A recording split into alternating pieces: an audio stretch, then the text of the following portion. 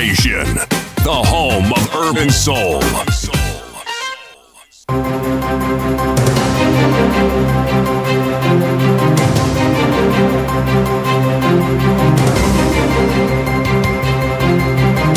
This is the Radio Generation News.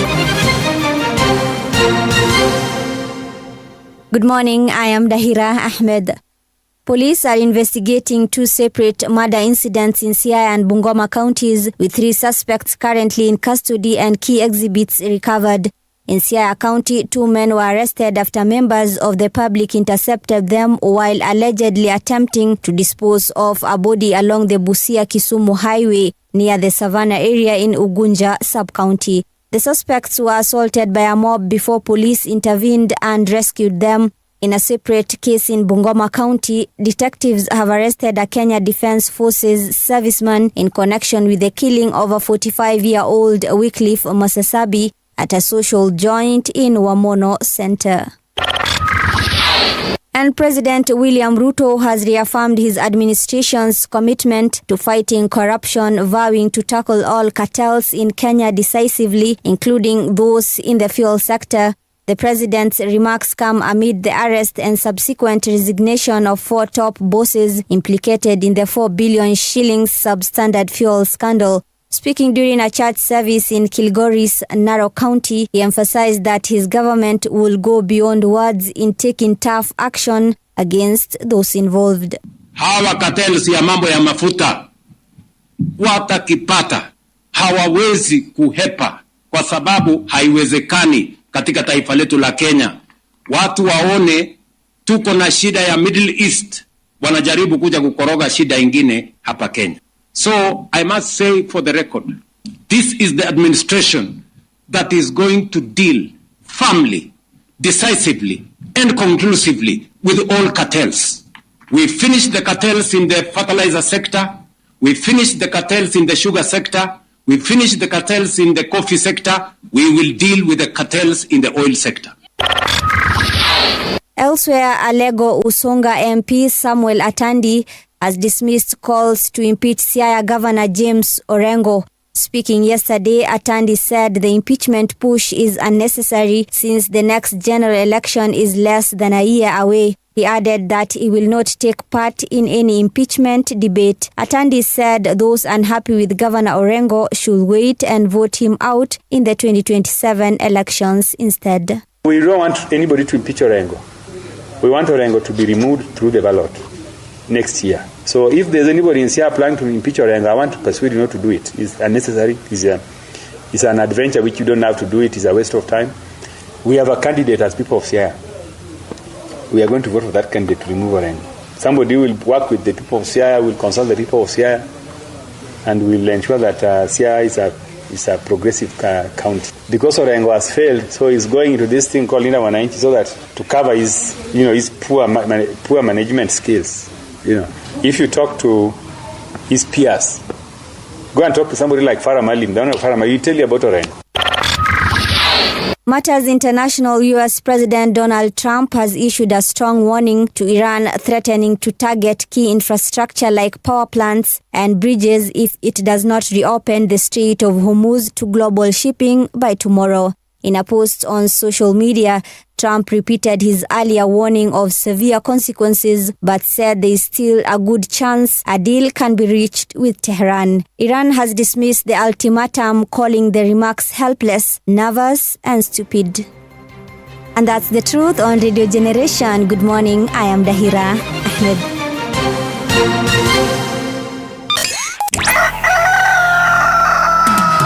In the beginning, there was morning radio. But now there is Radio Generation's The People's Breakfast. Curious and bold, getting facts from the shadows. That's what it is. Now, as the city wakes and secrets stir, a bright new voice shines. The People's Breakfast. Your morning, your voice, your journey. Good morning. Good morning, my neighbor. Welcome to the home of hard truths and bold insights. Radio Generation. Hello. Tumekuja kutangaza. It is another beautiful day indeed. It is the 6th day of April 2026. How are you doing, City? Good morning. Happy Easter. Well, sorry.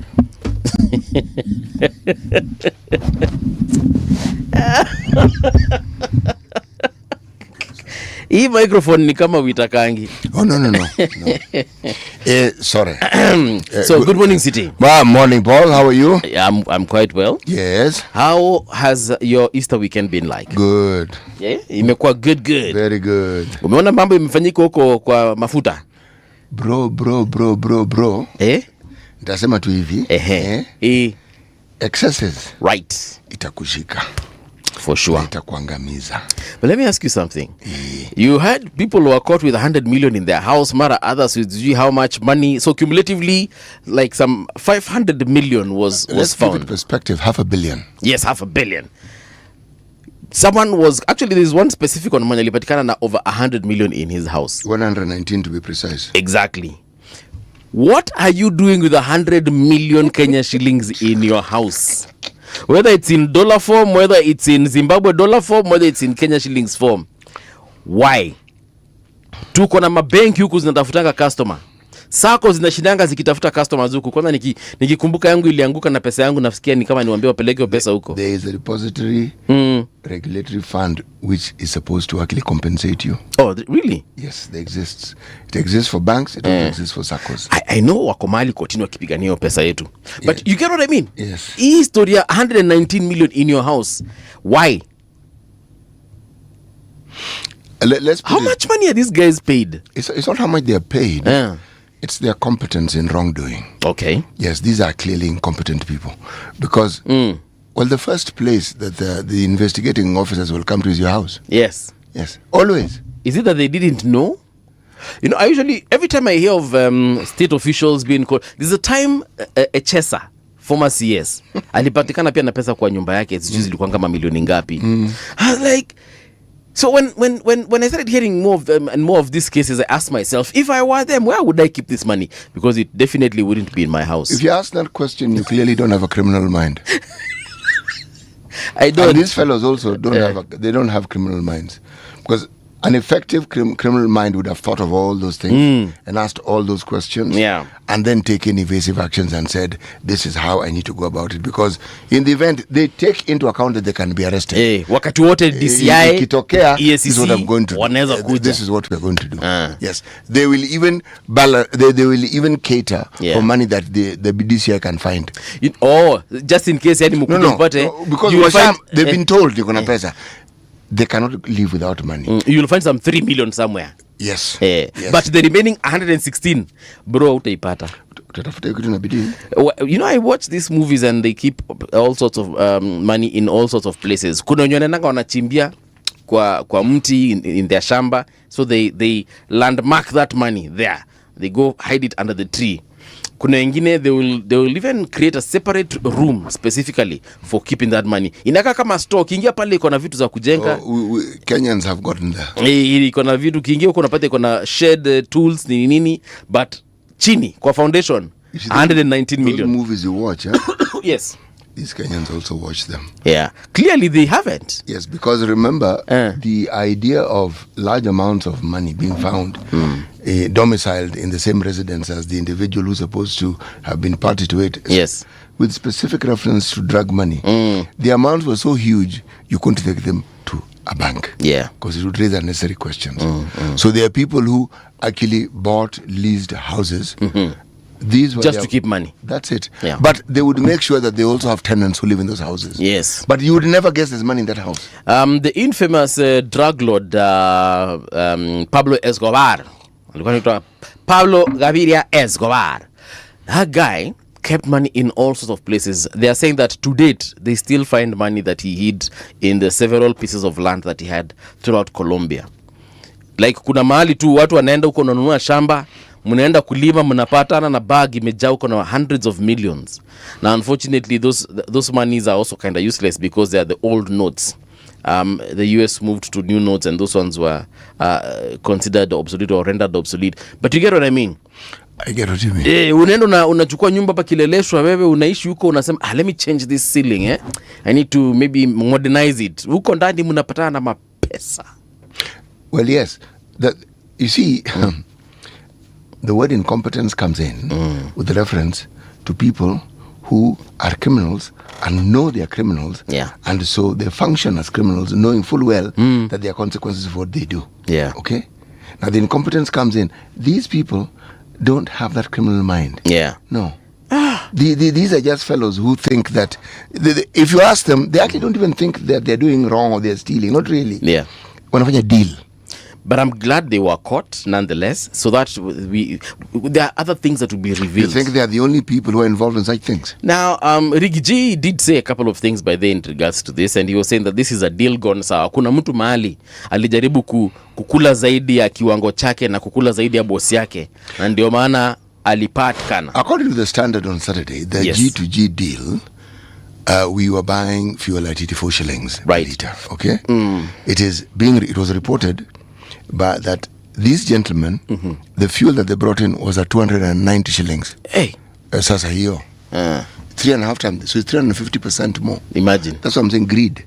The excesses is what catches you out. If they had just said 20%. Bro. Hata kuna mtu angenotice kitu. They would not, given the problem that's happening. Ama hata kinotice kitu. No, but giving shida nyingi hiyo si mbaya. 300%, my guy. Given the consumption of fuel in this country, if you bump it by 10 shillings, just 10. Already people will be complaining. Yes, but it won't be too much noise because it'll just be 94. But 290 from 84. My friend, what are you trying? It is very noticeable. What are you trying? We've had every 15th of every month, EPRA tells us, fellow Kenyans, and then there's 4 bob, 3 bob reduction. We are accustomed to it. When there's a problem such as the one we have in the Middle East, if somebody bumped it up by, say, another 10 or 20 shillings, it could easily be said, there's a problem. Kuna shida huko Iran. So in Sawa. Okay? Bro, 350%. Yeah. Even if you didn't want to notice, you will notice. Yeah, that one you'll notice. What Rigiji... Even Iran will be like, at their buying fuel for how much? Who sold it to them at that price? That price? You mean kuna watu wananoga petrol at that price? Imagine that. Mzuri sana. What is certain, this is not an end. It raises the question of what else happens in other ministries in this country. Yes. Si tuliona agriculture ile ilikuanga ya fertilizer. Sasa fuel wamefikiwa. Tunaenda tu pole pole. Si tunaona ya education kuna ghost schools. Ya health kuna SHA na siji 50 billion imepotea. And some ghost hospitals and ghost patients and people who have the same heart procedure 4 times the course of a day, that one. Mukingia Ministry of Water. Mutonanga tunataningi water into wine. And then I heard that ECG they wanted to take oil that belongs to Angola. Who on earth does that? What is even more interesting when you look at this saga as it's unfolding, right? One, they're saying that the amounts being mentioned, there's no documentation of that money being received. None. I mean, hakuna receipt, that's done. That's number one.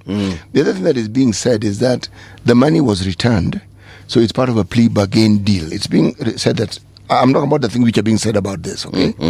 That now they will not see jail time. Hapana. Yeah, ndangi hivyo. Na lazima ende kotini. Unajua they must have their day in court because they may be innocent for all we know. Exactly. So by the time you're stealing money, it's one thing stealing Kenyan taxpayers' money. But now when you want to steal those ones of Angola, hata watu Angola atakuwa there was a time Uganda had a problem with us. Yeah. Remember we had a pipeline deal that went sour. Well, they took their pipeline to Tanzania. Total flagged it first and said, it's got the cost, the terrain that pipeline would pass. But that wasn't the whole story. Right. Uganda being our biggest trading partner, a lot of their goods pass through here. Okay, Port of Mombasa. Right. Well, they were losing their stuff. Something that is destined for Uganda, some unscrupulous Kenyan just diverts it into some warehouse, and that's the end of that story. So the Ugandans complained, and their president complained, said, guys, come on, man. Even their cars. Yes. Zinakuja hivi zinapotea. Yes. Gari ilikuwa inaenda Uganda, Kampala. Some Sebo is waiting for their car somewhere to give their girlfriend. Then Njoroge here decides that vehicle is not getting to Uganda. My friend, that you saw profiling Njoroge. Okay, Okelo decides that vehicle is not getting to Uganda. Much better. Okay. Or Garissa.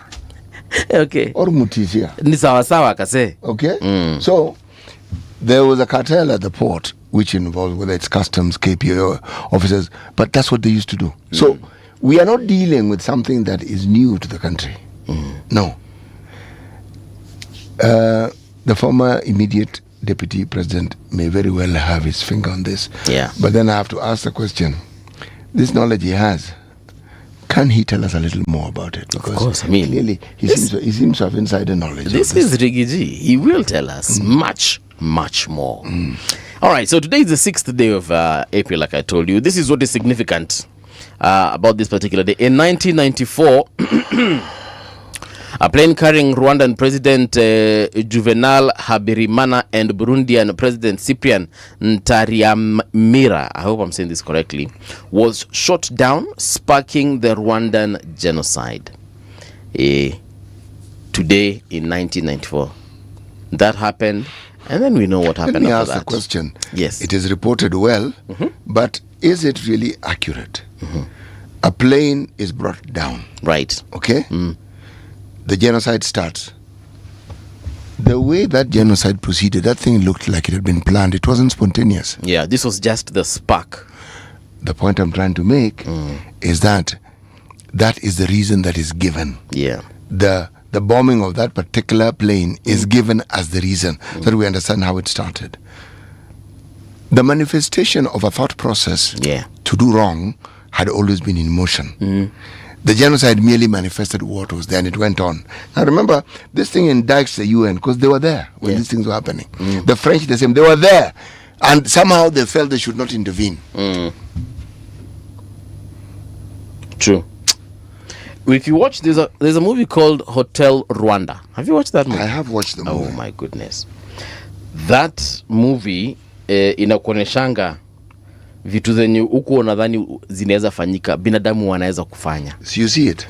You remember that whole story of cockroach calling people names so that you can profile them and then eventually descend on them. It's an entire psychological process. Yeah. You profile them, you diminish them. When you call someone a cockroach, you dehumanize them. Yeah. And they are now an insect, a despicable insect that needs to be crushed under your feet. Yeah. If that narrative is bought and sold, if it's sold and bought wholesale, then somebody does not feel that they're actually killing another human being. Yeah. They're killing a cockroach after all. True. Yes. That movie, my goodness, it was one hell of a movie. It was not the first time that such a thing had happened in Rwanda. Oh no.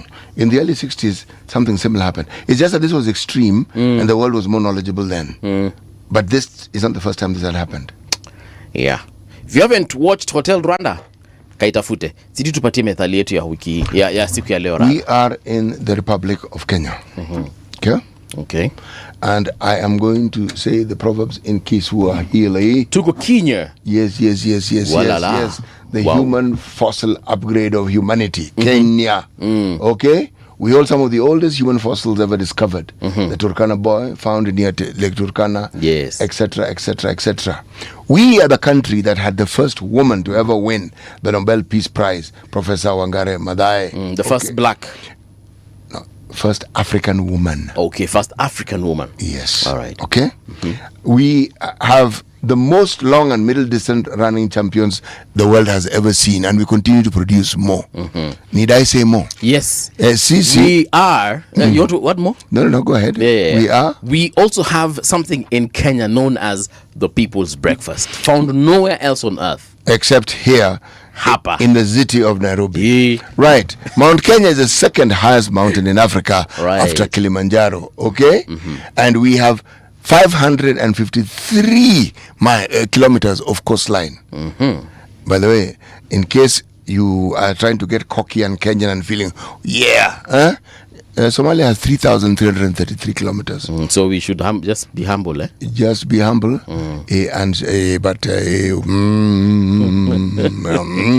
Okay? Madagascar has the largest coastline on the continent of Africa. I mean, it's an island, so you'd expect. That is a point well made. Somalia is second, and third, South Africa. Fourth is Mozambique. Okay. This is just trivia so that you can be informed. the proverb from Kenya, the 28th, yani sisi in terms of in the world size, 28th sisi. 20th largest country. Yes. On earth. And the 7th most populous country in Africa. Na tunaendeleaga tu. Buda tunakuangalia ile kitu tuliambiwa kwa Bible to spread your seed. Buda wanga tunai-spread mbaya sana. Yes. Sisi.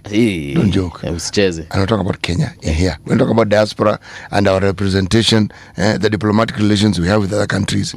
Where we've had peacekeeping forces, we establish relationships. Okay. We have relatives there. Mla chake mwenziwe na chake huliwa. Mla chake mwenziwe na chake huliwa. Ai hapana, hebu sema tena hiyo kitu. Pole. Tuanze. With the right punctuations. Mla chake mwenziwe na chake huliwa. So ukikula ya wenyewe yako pia itakuliwa. Yes, very good. If you say it in Kenyan Kiswahili, what would you say? Si ndio Kiswahili? No. This is sanifu. Kenyan Kiswahili. Kenyan Swahili. So ukikula best yako pia itadishiwa. Unaona? So ukikula ya jirani, wewe jua yako pia itakuliwa. Ama pia hata tuiseme na njia nyingine. Ukigongeana pia utagongewa. Si tunajua kugonga hizi. Beyond knocking at the door, I suspect it has a meaning whose interpretation I'm going to skip this morning. Okay. Sawa. But those who know. Those who know. No.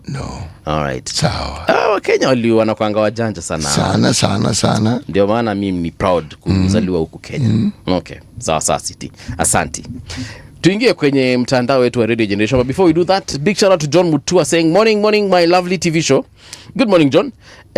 Is he still in Qatar? Did you come to Kenya, John Mutua? We would have known. Okay. Michael Olande saying, good morning, Team RG. Happy Easter. Elana the point here is amesema happy Easter Monday. Then Sungura wetu amesema habari ya Jumatatu. Morris and Dati, good morning guys, beautiful week. The Kikombe amesema morning. Kikombe alituambianga ako Thailand, Phuket. And then Sungura wetu amesema wife pia anawasalimia. Sungura wetu tumesalimika. Thank you very much, well received, and we extend our greetings to you and your family as well. The Kikombe amesema there is Hotel Rwanda and then there is Shooting Dogs. Same story, same country. Shooting Dogs is way more intense. Check it out. Never heard of it, Kikombe. I will definitely check it out. George Edimo amesema good morning, listening from Rongo.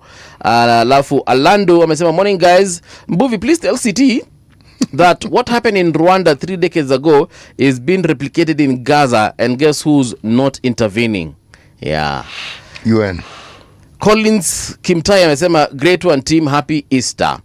Alafu kuna G Analytic amesema good morning from Malaba Boda. Good morning watu wa Malaba. Now let me tell you what's making headlines across this website of ours.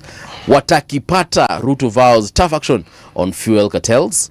Speaking during a church in Kilgoris, President William Ruto has affirmed his administration's commitment to fighting corruption, vowing to tackle all cartels in Kenya decisively, including those in the fuel sector.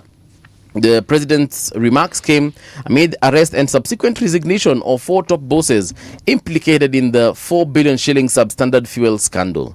Now, speaking during a church service in Kilgoris, Narok County, he emphasized that his government will go beyond words, stating that we will not just talk about corruption, we will do what is necessary to end corruption in our country. Point of note, though. Yes. We don't have people resigning from their jobs like this, do we? No. Could this be the beginning of something new? We will wait and see, won't we? I mean, the moment the president says that uko na shida hata wewe mwenyewe bro, unangoja nini? Ndio alikupatia kazi. The moment amesema tutakamata watu na hakuna akishaanza hizo hata wewe jitoe. Usingoje. Kengele imepigwa. Utakwamilia hapo hivyo ni ufala. EPRA appoints Joseph Okech as acting Director General after Kipto resigns. Kuna picha hapo utaiona ya bwana Okech.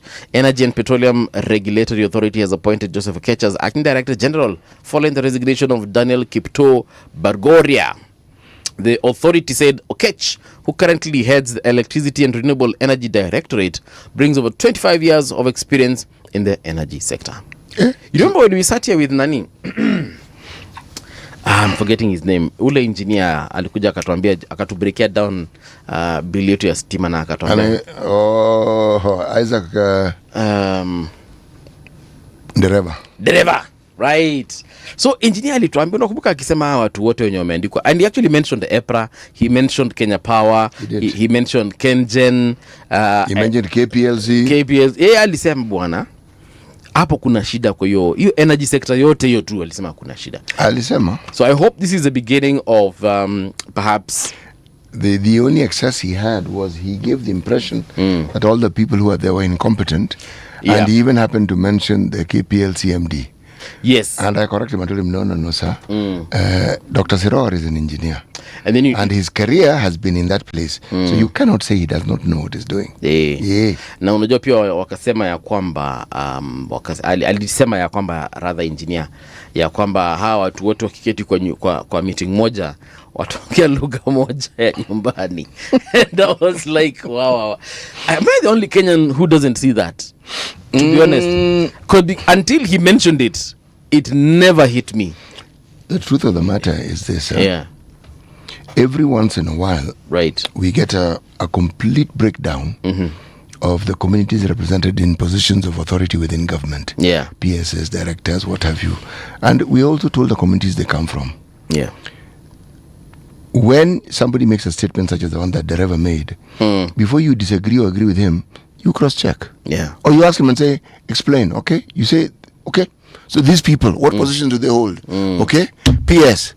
Right now, the PS in the petroleum sector doesn't speak their language. Or that language that he purported. They come from a different community. Okay? The MD, Kenya Pipeline, yes. EPRA, CEO, MD. But I mean, I am still going on. Energy Minister. OPU. All right. Yeah, but you could tell at the time, I mean, he was very frustrated by and this issue. And the boss of KenGen. Yes. I think it's a guy called Wajira. Okay. He was very... He was, but you see the narrative he was pushing. He was doing well with the facts. Then he made a statement that the facts do not necessarily agree with. He made it in passing. No, it wasn't in passing. It was deliberate. It was deliberate. And look, when you have a valid point you want to make it by all means. But when you then skew it and make now the discussion and the argument tribal, then you have to, we have to ask you to authenticate what you're saying. Yes. Unless he himself doesn't see this. No. China executes French national convicted in 2010 for drug trafficking. In those progressive countries, they kill you, chief. Tuachezangi. A Frenchman sentenced to death in China in 2010 for drug trafficking has been executed, France's foreign ministry announced on Saturday.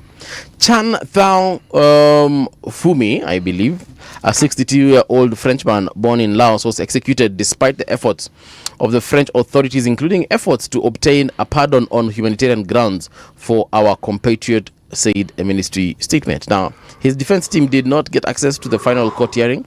In violations of his rights, the ministry added the sentence was carried out in Guangzhou, the south of the country. Guangzhou. Now, the ministry reaffirmed France's opposition to the death penalty everywhere and in all circumstances and called for its universal abolition. Kuna places zingine bwana, ukienda kufanya vitu zingine wewe juanga tu, yani unafanya hivyo na unaweza kosa kufanya tena. Trump issues a new threat to Iran over Hormuz Strait blockage. US President Donald Trump has published an expletive-laden post on social media in which he threatened to destroy Iran's power plants and bridges if it failed to meet his Tuesday deadline to reopen the Strait of Hormuz to all shipping. He repeated an earlier threat to unleash hell, but told US media there was a good chance of a deal being reached with Tehran. Iran mocked his ultimatum, dismissing it as helpless, nervous, and stupid. Trump's new threat came after he announced that the second crew member of the U.S. fighter jet downed over Iran had been successfully rescued in an operation deep inside hostile territory. Yeah. You did you see that that message? This guy went ham on these guys, used the F word and told them, guys, nimewapatia hadi Tuesday. Sasa shida ni hatujui ni Tuesday gani? Hatujui ni Tuesday kesho ama ni Tuesday next week. Who did he think he was talking to? Who? Trump? He was talking to Iran. he was sure he was talking to Iran. Okay. I'm certain they will respond. See, they wamemwambia that is helpless, nervous and stupid. Wamemwambia bro, calm down bwana, calm down. Hizi vitu haziitishangu hivyo. Kuna njia. Si wewe ndio ulianza hiki kitu? Kuna njia inaitishangwa na ukitisha hiyo njia tutakujenga. Hii lakini nyingine yenye uko hapo tu unaongea venye unaongea kidogo itakuwa mbaya. So this is what the president said. This is President Trump. Tuesday will be power plant day and bridge day, all wrapped up in one in Iran. There will be nothing like it. Open the F straight, you crazy. And then he said some other words. I don't think I should be saying them. Nope, we cannot say such or you will be living in hell. Just watch. And then he said, praise be to Allah, President Donald J. Trump. So I don't know why, like, was he under some influence when writing that message? Because you know the things you write, and I think it was in that particular state. But the things he says seems to fall into that same category. So are we saying that he's constantly under whatever influence you're alluding to? Maybe this was sober him. A lot of the things that this fellow says are fairly incoherent. Yeah. Incoherent in the sense that we assume, and in this case clearly wrongly, yes, that there'll be a diplomatic way in which such things are said, and that there are people who are in charge of different state departments, foreign affairs, who will issue statements. But this fellow is in the front line. So if once he has said it, who's going to countermand what he has said? Nani? Because the buck stops with him. Anyway. It is tragic. Yeah. It is tragic. When you do not protect that thing that you have and that makes you strong. America, the American people, like other individuals on planet Earth, have their fair share of mistakes that they have made in their foreign policy. But that same country has brought on this planet remarkable changes. It has enhanced levels of accountability to heights that we didn't even know were possible. Same people have been able to bring about the quality and the excellence of education to levels that, again, the world has never experienced before. Others are catching up and some are even overtaking them. It is a country that has been a place of harbor for very, very many people across this globe. Yeah. People who were chased from where they came from, who didn't know where to go to. It's been a country that the rest of the countries on planet Earth owe a great deal. True. There are them who curse them to high heavens, but there are people who owe. Such a great country, when you are careless about the progress you have made and you don't ring fence it, and in so doing let your guard down, and you allow a man in the shape and make of the current president they have, it's like everything that you've done that is beautiful and wonderful gets diminished. You're now judged by the actions of this one person. Yeah. They knew it the first term, they gave him second term. They were given, for example, mzuri sana in the first term. This is how it would be. For example, mzuri tena in color. Okay? And even Mrs. Clinton told them that, guys, who you? This guy is trigger happy. Who you? Mungu ndio mnataka kucheza kumwachia nuclear weapons a control. Who you?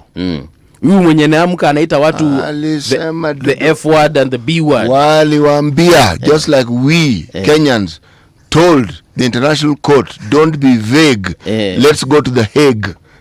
And tulienda Hague. Orojariaje? Wacha tufanye traffic.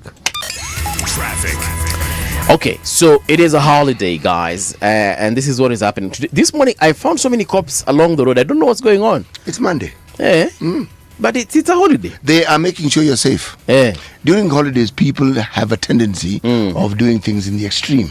Nimepata na askari Mombasa road huko kwote, hakuna mali, hakuna makarao by the kwa roundabout zote, mpaka I was like, hey, I'm a president is traveling, I don't know. And then hapa kukuja Nairobi Funeral Home, that roundabout, more cops. Yes. And when I say cops, I don't mean dead bodies, I mean police. So I don't get it, man. You should feel secure. I mean, security forces are alert and awake and you see them. Sometimes it is your opportunity to feel secure. I feel more safe when I don't see them. Anyway, barabara ziko clean. It's a holiday. I am literally looking at the roads right now and they look ni kama hata hamjamka, hamjatoka nje ama bado mko kwa baa mnangoja kurudi nyumbani. I don't get it. But the roads are very empty at this particular hour. Kwa baa unafikiria how it is you're going to go back home. Hata nikwambia the best ungoje tu jue tokeze uende home. Ukitoka saa hizi, I've already told you cops are everywhere. Mnashikwa. Msitoke, kaeni tu huko. Na msiendeshe magari hata mkitoka. Acha gari hapo uchukue taxi. Naangalia Airport North Road inakaa sawa, Imara Daima inakaa sawa. Southern Bypass iko fiti. Raila Odinga Way huku kote mko tu sawa wase. Yaani hakuna shida. CBD is empty today. Watu wenye wanakuanga na traffic kutoka Ruiru huko mkienda Kenyatta University all the way to Survey iko sawa. Mali tunapatanga traffic. Unaona pale KCA University ukikuja Muthaiga. That ka intersection of Kiambu Road nini. For the first time I am seeing it and it is green. Kuna watu huko hivyo. It's a bit early. So by the time you get to midday, sidhani. Early afternoon, sidhani. People will be returning from wherever they are gone to. Sawa. Mombasa pia same thing. Watu wa Nakuru si mnajua tu hata nyinyi hamnanga magari huko. Sijui ama I don't get it. Hakuna traffic hapo saa hizi. Lakini ukiona kitu barabarani tunafaa kujua longa nasi. Traffic on Radio Generation. All right, here we are. Let's check out magazeti yetu. Leo tunaanza na Taifa Leo. Nitaanza na Taifa Leo na inasema hivi, Ruto kichwa kinauma. Kwani ni kinauma? Kwani yeye hapana jua Brufen? Ujio wa ODM ndio unavuruga kabisa hesabu za Ruto, kwani chama hicho kimekuwa kikitaka baadhi ya viti vikuu vinavyoshikiliwa tayari na wanasiasa waliomsaidia Ruto kushinda uchaguzi mkuu mnamo mwaka wa 2022. Hiyo dipata katika ukurasa wa pili. Wanamaanisha nini hawa? Rais ana kibarua cha kupanga kikosi chake kabla ya uchaguzi wa mwaka ujao, kila mrengo ukingangania nyadhifa kuu. Amerika yaokoa mwanajeshi wake Iran alikuwa katika ndege ya kivita iliyoangushwa wiki jana katika nchi hiyo ya Iran.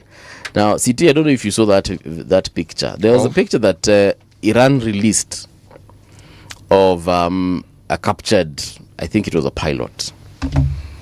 Bro, that guy was in a room full of what looked like generals. And people captioned that, someone specifically captioned it and said, this guy is in the hands of savages. Because you can imagine what they would want to do to him. Not necessarily. Extract information. Yeah, but if it's a room full of guys who have the uniform with all manner of decorations, that would indicate safety more than anything else. Perhaps, maybe. So anyway, this guy, I don't know if he's the one that Trump anasema waliweza kumrescue. But mimi ningalikuwa yeye kwa hiyo room, bro, mimi sijui. I would pray in all the languages I know. Because where do you start? You as the captive, as the prisoner of war. Unaanzangaje hii conversation? Wanakuuliza okay, you are here. Unawaambia yes, I am here. You know, when you dropped several bombs before we shot your plane down. Who's the savage? The ones dropping the bombs. Yes, exactly. So the caption itself is misleading. Yeah. Yes. But wanasema walimtoa huko. Good luck. If they said they rescued him, chances are those guys let him go. Sakata ya mafuta ya wanyemelea mawaziri wawili, mawaziri Lee na Wandai kuchunguzwa na DCI kuhusu sakata ya mafuta ya mabilioni iliyomeza maafisa wa EPRA. Hiyo tulipata katika ukurasa wa pili. Alafu wanasema hivi, misa ya Pasaka pale tunaona picha ya watu ambao wanakaa ni kama wako kanisani.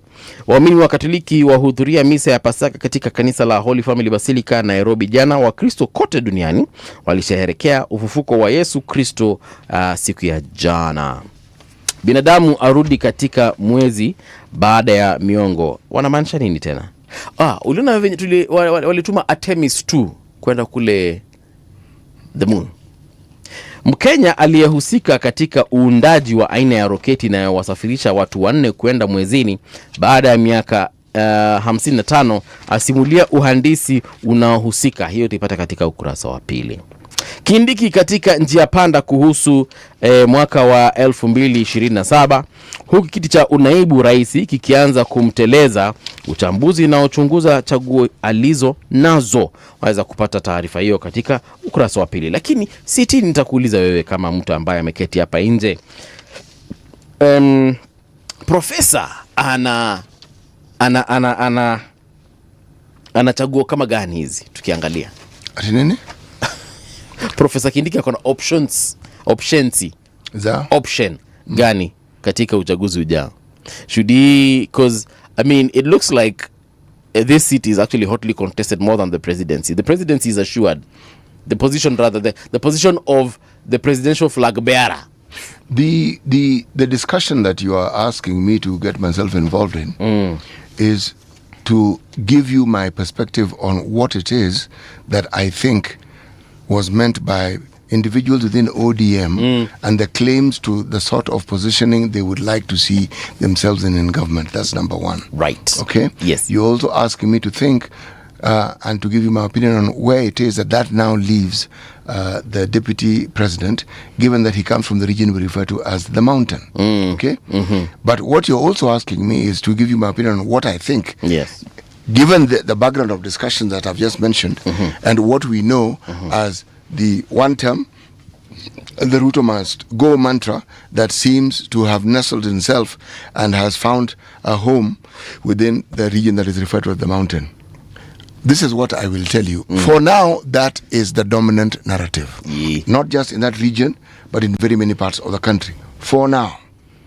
If you ask those who are the propagators of this particular narrative or who say they believe in it and ask them why it is they have that view, you will find that the views differ. They don't say the same thing. Okay.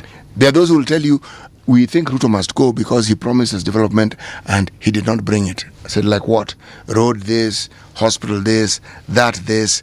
And I ask, so any of these roles fall under the jurisdiction of the governor? Yes, but it is Ruto who said it, okay? There are others who say it doesn't really matter. Ruto is the biggest thief that Kenya has ever seen. I said, as a president or just as a person? He says, as a president. I said, I see. So what is the yardstick by which we compare the great, the greater, and the not so great thieves? Okay? Oh, there are many scandals. Tell me which government we've had since independence that has not had a scandal. My question. So, thirdly, there is the issue of the Gen Z. The Gen Z and their role, given their numbers, there are those who think once the young people support this and ask, when you say young people, what do you mean? Said young people, I said, okay, young people from the region you come from or young people from across the country? So you assume that their thinking and their intentions is homogeneous and they all pursue the same thing. They do not. There are young people who are in political parties. There are young people who are seeking to create their own political parties. There are young people who are waiting to see. And all this makes no sense if they do not actually go and vote. Then there is the larger question, which this is me now asking myself. There is a group that definitely hate Ruto. They hate the government. And there is nothing the government will do which they will ever see any good in. That's one. There are those who are upset because certain promises were not made. There are those now, conversely so, who are in regions who say they were marginalized before, and with this presidency, the marginalization seems to be coming to an end. So, there are many other discussions that are taking place regarding this particular issue. My opinion, which is what you asked for. Yes. Professor Kindiki is in a very good position. Right. I bring to bear my understanding and what I'm about to say based on the presidency of President Moi.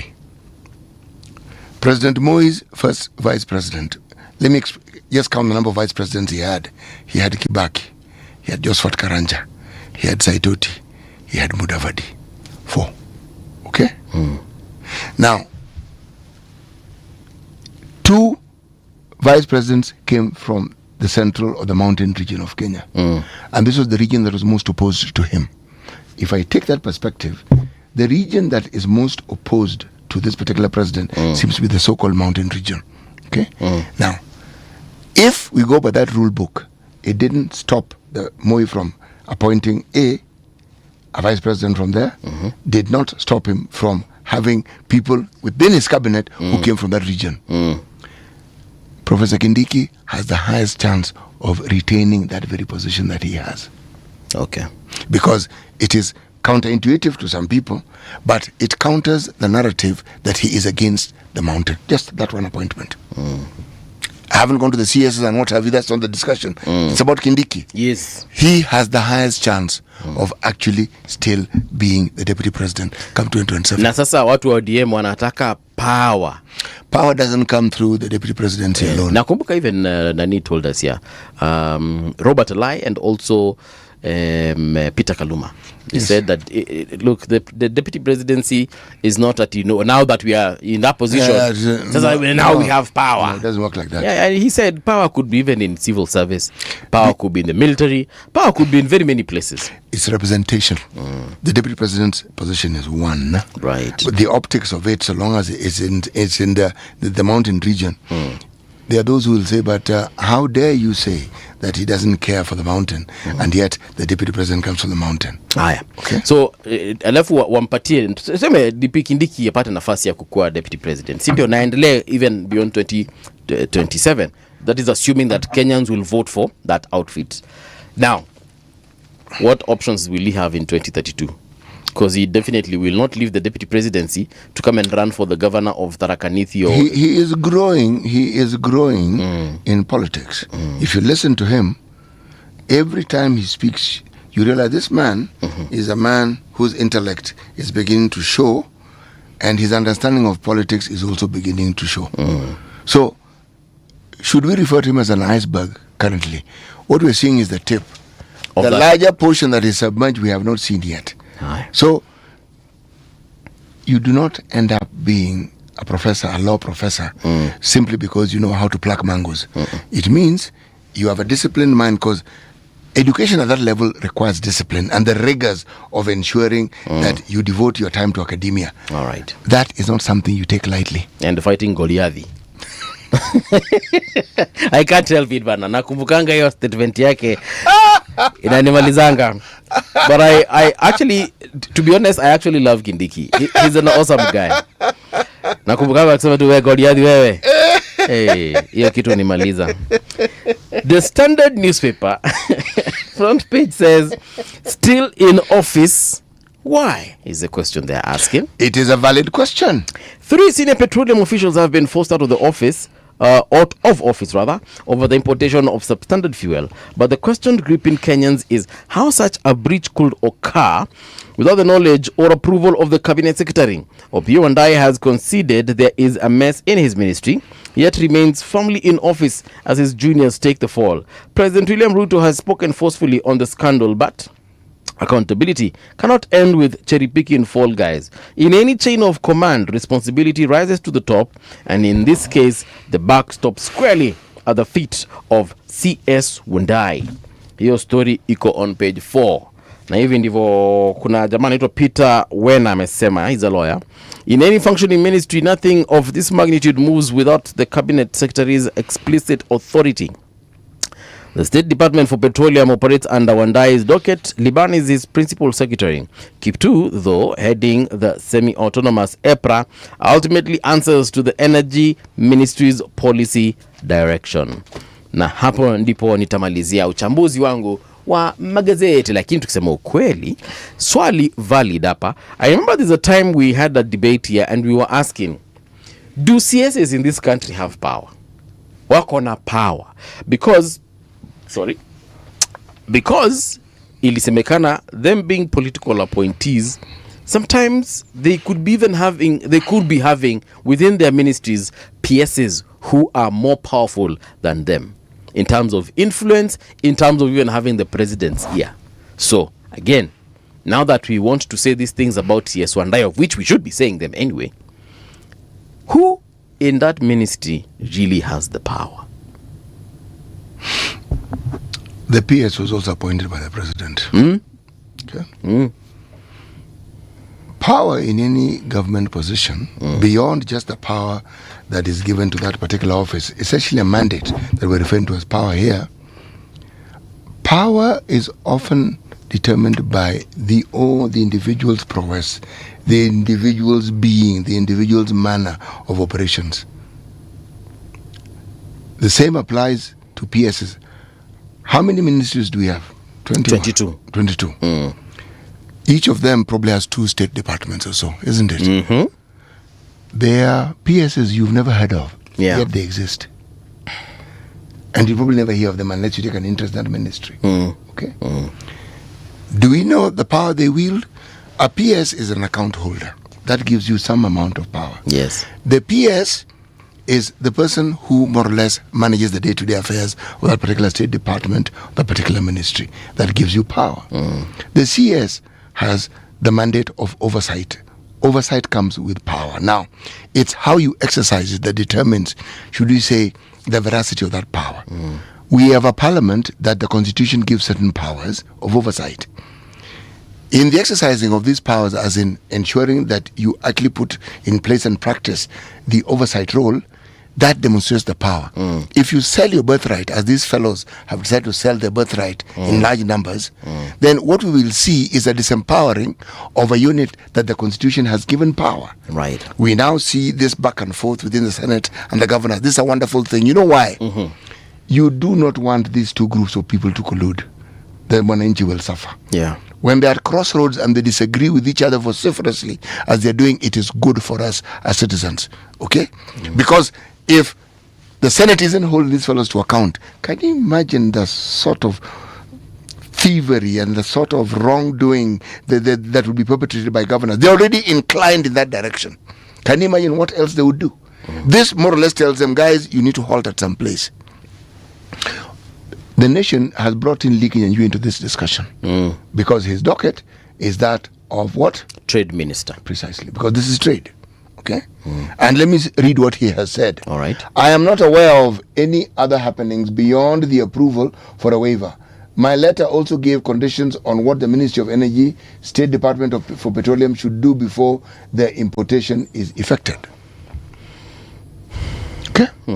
Let me quote what Opio and I had to say. When the Ministry of Education got full information about the fuel shipment that is subject to investigations, we stopped the delivery of a second cargo under similar circumstances, thus protecting and securing public interest. So he has admitted that when that first shipment came in, the ministry was not aware. How exactly? How? What is it about that process?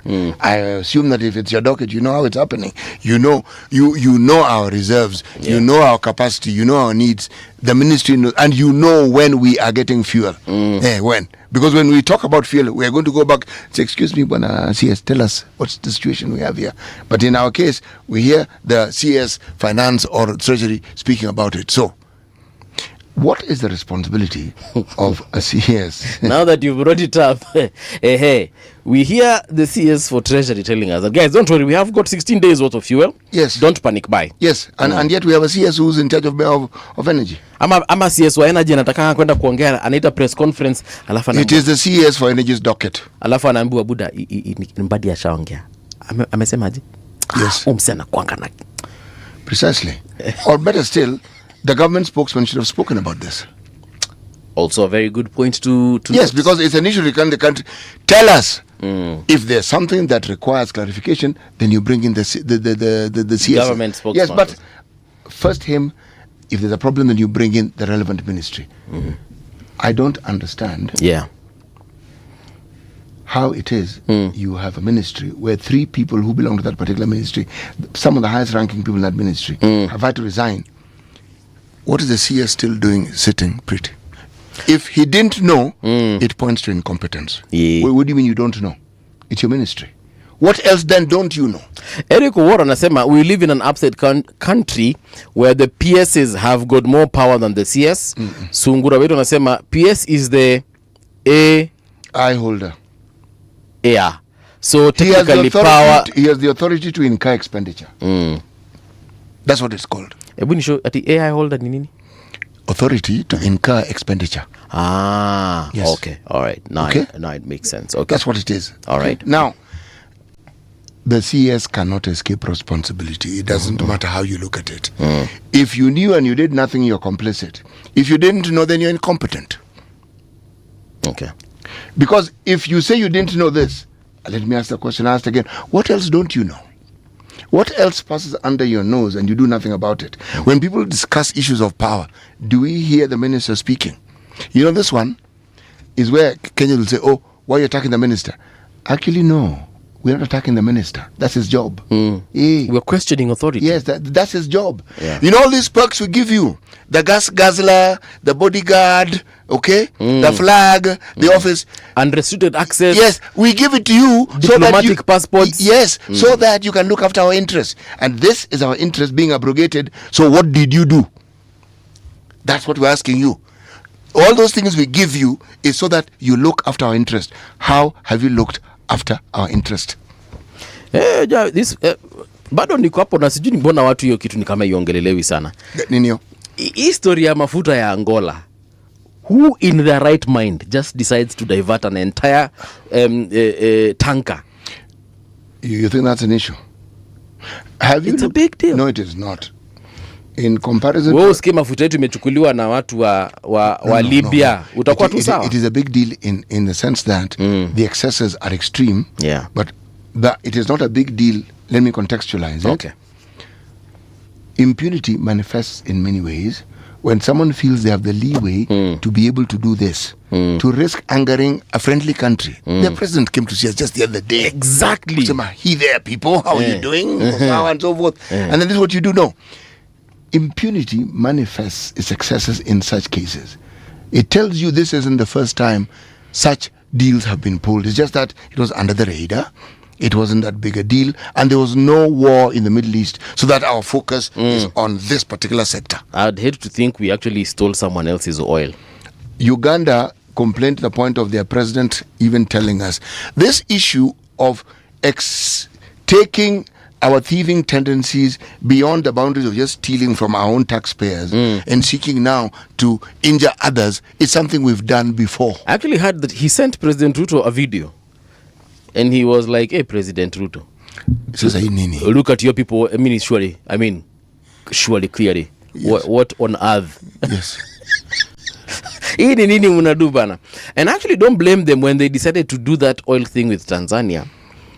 Because even Tanzania has been dying for such a deal. It is a much longer route. But you see, part of it was technical. Yeah. It wasn't our thieving nature that got in the way of things. The terrain that had been followed through Turkana and what have you. Wasn't... No, it wasn't the best. There were some mountainous areas. The cost of taking that pipeline was going to be exorbitant. The Tanzania route, longer as it is, had less technical or physical hurdles. That was one of the reasons. Okay. But also we took a very long time to make decisions as to what we want to do. And there are those who argue that the Kenyan way of doing things, applying the rule of impunity and its force, we were still trying to arm twist and to try and see how much certain individuals could make from the deal. And somebody got tired and said, trying to get kickbacks out of everything. Bro, impunity manifests in very many ways. This to me is something we should pay attention to. Right. It marks the beginning of something. I'm not quite sure what it is, but it does. 3 senior government officials resigning. No. This thing is bigger than we think, and it marks the beginning of something. Now, I want to see the CS or the CSS. Even if your ministry just skirts on the borders of this issue, I'd like to see what they're going to do. Majok is saying CSs are human beings, City, not angels. He has told you when he knew he stopped a second consignment. Surely that is action taken. Yes, he's right. It is action taken, but it's a little late, isn't it? But I like the question you asked earlier on. Hii ndio imekuja to the limelight. Ni ngapi zingine zimefanyika zenye? Exactly. And in other ministries as well. Let's, if we move aside from this, this, because it involves players outside the country, we have no choice but to stare at it in the face. 3 senior officials don't just get arrested out of... Believe me, if it was just sisi wenyewe tunaibiana, this thing wouldn't have... There is no way you will divert several tons of oil, fuel, or whatever you want to call it, and also do several other deals such as the ones that were being done without the explicit knowledge of a CS. whether na utakosa pia a snitch on the other side akupigie simu akwambia CS niaje, mimi naitwa Abdulkadir, kuna kitu inafanyika hapa habana elewa, sijui kama wewe amesikia. Okay, I put a Somali accent. It is not a Middle East accent, but you get my point, eh?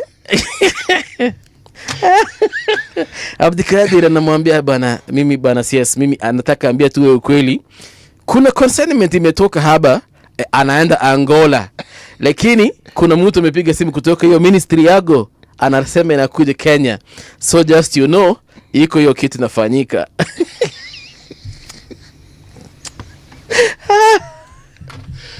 Expressed on this program are those of the guests and do not necessarily reflect the views of Radio Generation. Radio Generation assumes no responsibility or liability for the interviewee's views. This is Radio Generation.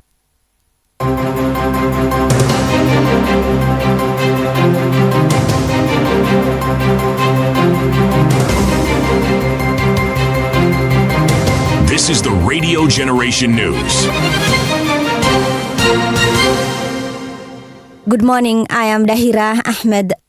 Law Society of Kenya President Charles Kanjama has raised concerns over abuse of police power following the arrest of Yala-based blogger Vincent Odhiambo. Kanjama said the arrest, which came just before a long weekend, will be seen as a form of harassment. The blogger was allegedly arrested after a complaint was filed by GEM MP Elisha Odhiambo over claims of cyber harassment. Our concern is with the abuse of police power, because if you want to arrest a blogger, you don't have to arrest him the day before a 4-day weekend. You have 5 working days. You can arrest him, process him, and release him the next day or take him to court. So for us, we treat that as a form of harassment. Of course, he's being charged with cyber harassment, but you can also have harassment of that kind. However, it is important that I note that once he was brought here, he was recorded in the OB of Central Police Station. And I would like to advise Kenyans that the moment you are recorded in an occurrence book, at least the proper police procedures will take place. And the DCI has dismissed claims made by former Deputy President Rigathi Gachagua regarding the ongoing probe into the 4 billion shillings substandard fuel saga. In a statement, the agency said the allegations about how it is handling evidence in a fuel procurement probe have no factual basis and are meant to damage public trust. The DCI said the allegations are false, unfounded and malicious, and that the claims about recoveries and exhibits in the fuel probe lack any factual or evidentiary basis. Elsewhere, Deputy President Kithure Kindiki has urged all Kenyans who haven't registered to vote to do so before the registration window closes. He warned that those who fail to register will not have a say in choosing leaders in the next elections. Kindiki made the remarks yesterday at his home in Irunduni, Tharaka Nithi County, where he hosted thousands of residents for Easter celebrations. Mushike kura. Saa hii IEBC imefungua kura. Shika kura. Mimi na wasi mshike kura. Kura ndio itakusaidia kufanya ile kitu unataka kufanya. Ule MCA unataka kuchagua ama ule unataka kutoa, MCA, MP, paka rais. Kura ndio itakuwezesha kufanya hiyo maamuzi. Kama una kura, utapiga kelele hapa ya bure. Sipendi fulani, napenda fulani, lakini haikusaidii.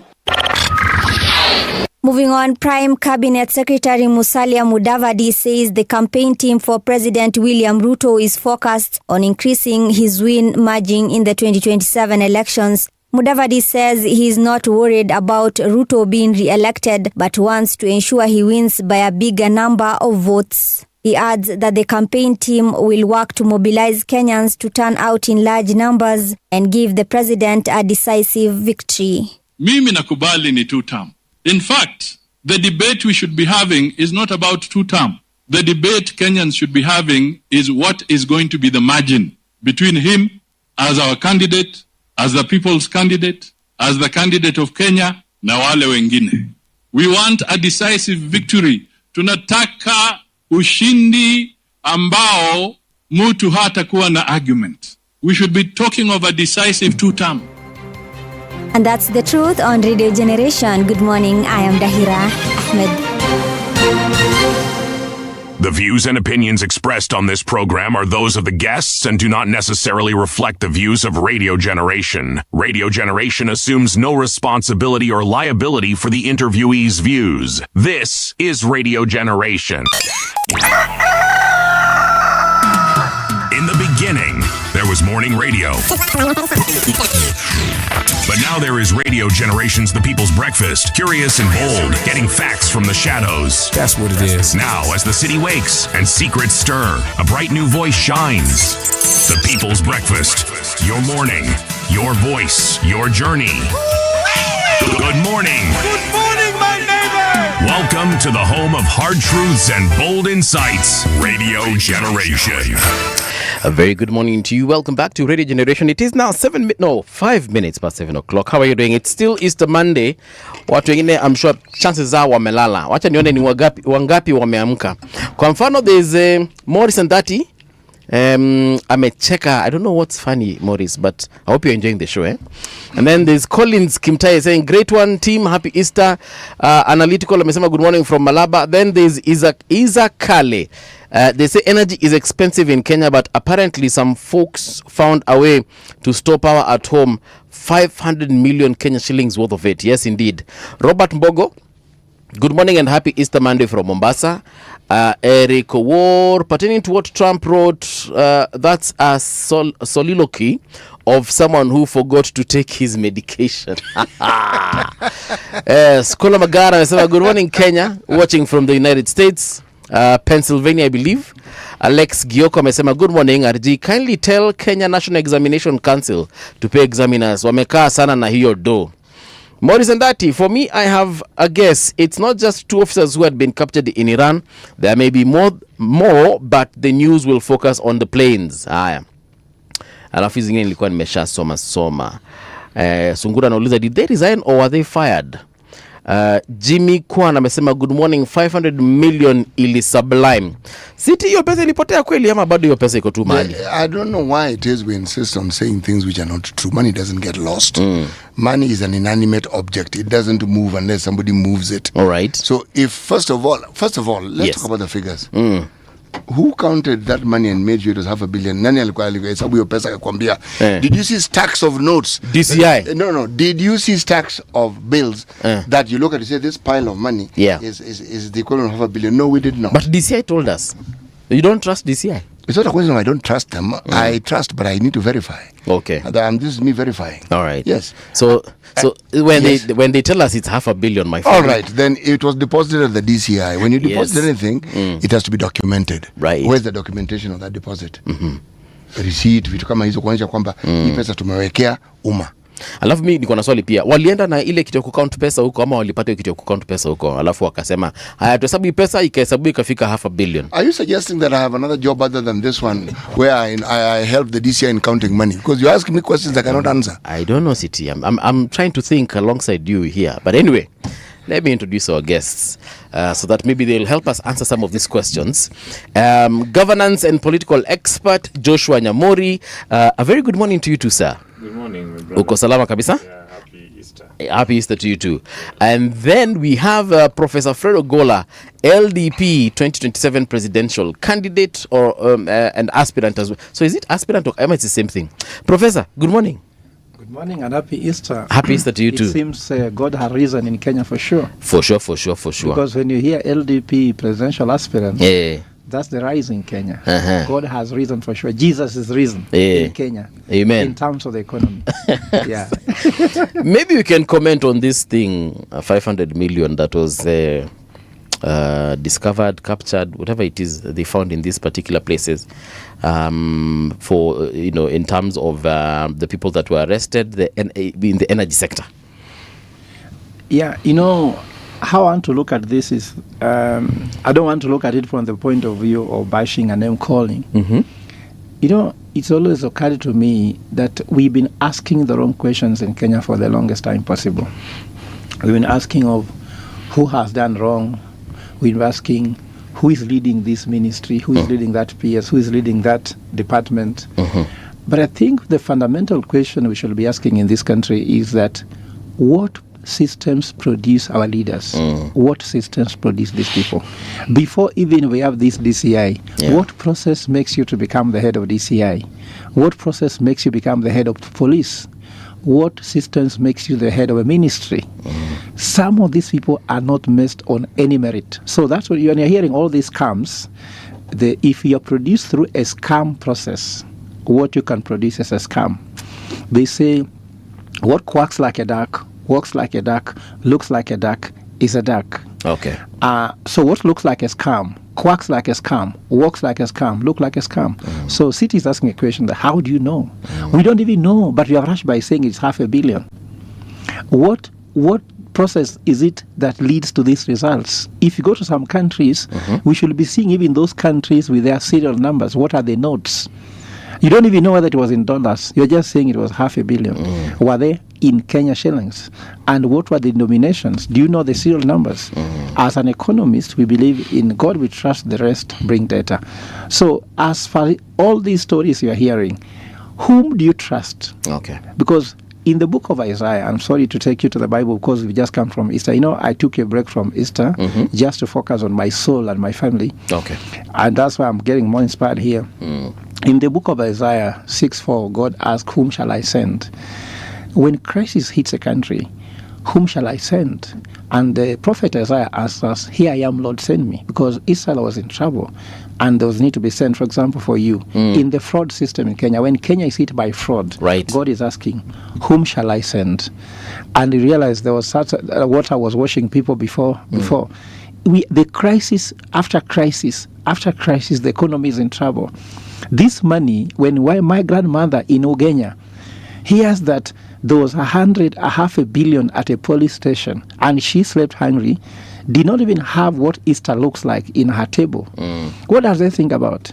When these young people have no jobs, who are being told there's no money in education, there's no school fees, are hearing that there's 500 million in a police station doing what? How do they feel? You know, sometimes I ask these leaders, do they really think about what they are talking about?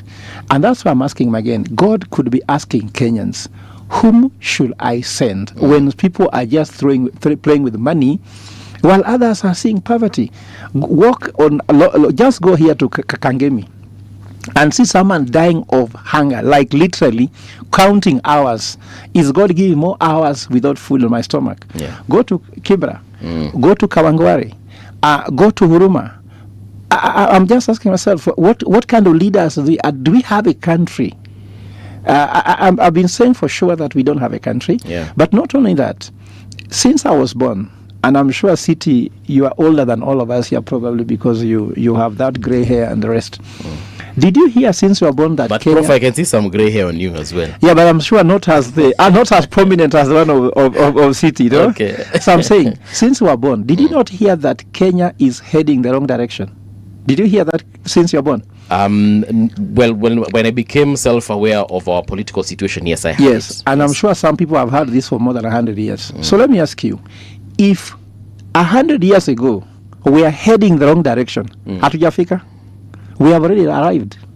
We are already at the destination of that wrong destination. All right. So the question is, how do you get from here to there? Okay. So when you see all this happening, all that money being taken and people take it for granted, somebody should have been arrested by now. Somebody should have been answerable, whether the person who gave or who received or where the money came from. First of all, you're not asking, where did someone get a 500 million in cash? You're not asking that question. You're asking, who received it? It was collective. The process of getting 500 million, go to the banks. If you want to withdraw $1 million, you'll be asked to explain what you want to do with it. Any form you fill in the bank, you're asked, I'm a banker. You're asked, what do you want to do with this money? And if somebody should send even 500 million to your bank account, you'll be answering, what's the source of that money? We're not asking tough questions, but we are just taking it for granted. Then I'm telling you, Kenya has reached that destination. Right. And that's why God is asking this Easter, whom shall I send? And if Fred Ogola says, send me, Lord, because these guys have messed up this country, we can fix it because they have no clue. The level of incompetence and the level of corruption that we have in this country has reached a level whereby anything goes, and young people are just laughing because what do you do? Whom do you go to?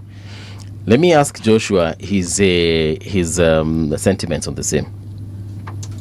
Yeah, Madam Buvi, I like the fact that Prof has started by preaching to us.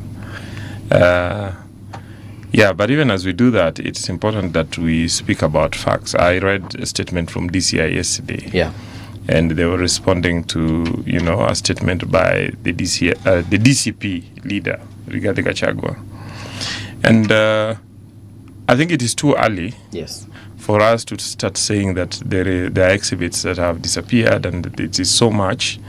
DCI just announced over the weekend that they have arrested 3 individuals who are high-ranking government officials in the energy sector, and that investigations are still going on, and that once they are ready, they will forward the file to the DPP, and that then if they hopefully these people will end up in court. So I am, in my view, the process is still on track. All right. Whilst Prof would want to, then use the information that we have, that is not from the opposition, is not from the civil society, is not from the media, but has actually been released by government. That a scandal was discovered, and the government moved swiftly and arrested the individuals, and that the individuals would be taken to court. And the president himself spoke about it yesterday. What it means is that we are developing systems that are working. Okay, not in Kenya, not in Europe, not in the US will you declare that there will never be people within the system who will always try to cheat the system to benefit at the expense of the country. What matters is that we have systems that can discover, get them, and when they are discovered, then action is taken about them. I think. Give credit where it's due. This president, more than their previous presidents, have demonstrated that when there is a problem, he moves in. And in my view, one of the reasons that I have a lot of hope is that he has proven that he can actually disrupt very powerful cartels. He disrupted them in the coffee sector. He disrupted them in the fertilizer sector. He disrupted them in the tea sector. He's disrupting it in the as a cartel in the oil sector. Other presidents would have kept quiet and allowed that to go on. So I think we should, rather than trying to build other scandals out of the process, we should recognize that there is action taken. We should, as Kenyans, be more vigilant. And we should give space to DCI to complete their investigation and take these guys to court. Yeah, that's my view. But Wakili, I'm still on you on this one, because you said that fine, the president has disrupted all these cartels. You've mentioned agriculture, tea, and now we have the oil scandal. If we are being honest, in any other jurisdiction that we consider, like we look up to, we're talking about the UKs and the Germanys and the USs of this world, people's heads would have rolled, including those of the CSS in charge of those particular ministries. We would have seen massive arrests. We would have seen massive, resignations, and the people, answering within a very specified period for the crimes that they have been committed. For example, if we go to the agriculture one, the fertilizer scandal. To be honest, I do not know one person who's in jail because of that fertilizer scandal. And if they are there, maybe I don't know of them. The other one you mentioned was the tea and the coffee. I do not know of a single person we can actually point and say Professor Gola was arrested and he's currently serving 10 years in prison or 50 years in prison according to the law for this particular crimes. We can see the oil one. We are waiting to see how that goes, but I really haven't seen anything. So I, as much as I would like to compare the current president for disrupting, but I don't see the results. It's the same thing. Yeah, movie one, 3 senior government officials in a key sector were not only arrested, but they resigned over the weekend. That is something. It is something for sure. The former CS for agriculture is not in office. Yeah, he plays politics about it, but he's not in office. The guy from Meru, okay? Mythical into it. Yes. And more critical is not even the arrests, not even the resignations. Yes. Or sacking. More critical is the fact that this government is building systems that are, showing reforms. I give you an example. The former president was asked about the so-called 2 billion that were disappearing from the system every year. And he's every day. And he said that, yes, but mnataka nifanye nini? What do you want me to do? Okay? He'd given up to cartels. Right. What did this government do? Despite noise, he insisted that we must pay for government services through e-citizen. Government revenue moved from 50 million shillings to 1 billion shillings. Okay? That is progress. Per day. 1 billion shillings per day. That is significant. Okay? This president then moved to the sugar industry. And the sugar industry was basically supported by government every other year. The government had to pay workers, to pay farmers, while the factories were crushing cane. Okay, and the president moved in, and even as people criticize him about mambo ni matatu, finally the factories are crushing cane, workers are being paid, and farmers are being paid, and the factories are actually paying taxes to the government. Right. Okay, so if you look at the sectors where this president has moved in and disrupted the cartels, there have been progress. So in my view, the fight against corruption definitely needs arrest, definitely needs resignations, but the most important thing in the fight against corruption in an economy is building of systems that can prevent, systems that can be able to discover, and systems that stop leakages. Right. And that then the systems are used to take actions. And I think we are seeing progress. I'm not saying we are there yet. We have a long way to go. If we continue in the same trajectory as has been attempted, then I'm thinking that we can sort out this country. And my view is that if anybody is to sort out the mess in this country, it will be President William Ruto. If he doesn't sort it out, I can assure you nobody will sort it out. I know that my friend Dr. wants to be president. Wants to be president. Yes. Yes, but when I am not sure that he has demonstrated to me that he has more courage than president. If you were president today and we witness what we are witnessing, I mean, surely, what would be your response? Would we see heads rolling? First of all, Mbuvi, my ideology is not reactionary. Okay. My ideology is very proactive. I have come to this show severally and told you that we have what is called evolved doctrine. And in the evolved doctrine, one of the letters, L, is about leverage on lean and clean government. You cannot have such a broad-based government and such incompetently and corrupt government and you think that things will work. Lean and clean. Is this government lean and clean? Is it clean? When you want even to put water in, when I was growing up in the village in Ugenya, when you want to put water in that thing we keep water in, that pot for water, you cannot not wash the pot. You have to wash the pot, clean it up, then put fresh water. This government has never been clean since independence. We inherited every government. Let's be honest here. The sitting president has come through that system of dirty water in the pot, isn't it? We are just taking some water, fresh water, and adding into another water. Because the president here is made through a system. So I don't want to go to that one. Let me focus on what I would do. Okay. In evolved doctrine, we are talking about modernizing government. What is modernizing government? A government fit for purpose, a lean and clean government, where, this procurement system will be put on ledgers, digital ledgers, which are transparent.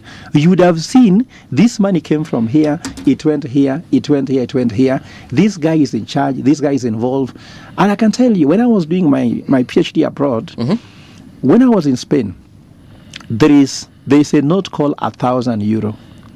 If you are found with that note physically, first of all, you have to explain how are you holding $1,000 euros in your hand. Is it not legal tender? It's legal tender, but if you throw it around, you'll may think like you are a wash. I'm just trying to tell you that the society frowns upon anybody who is holding large sums of money in cash. Okay.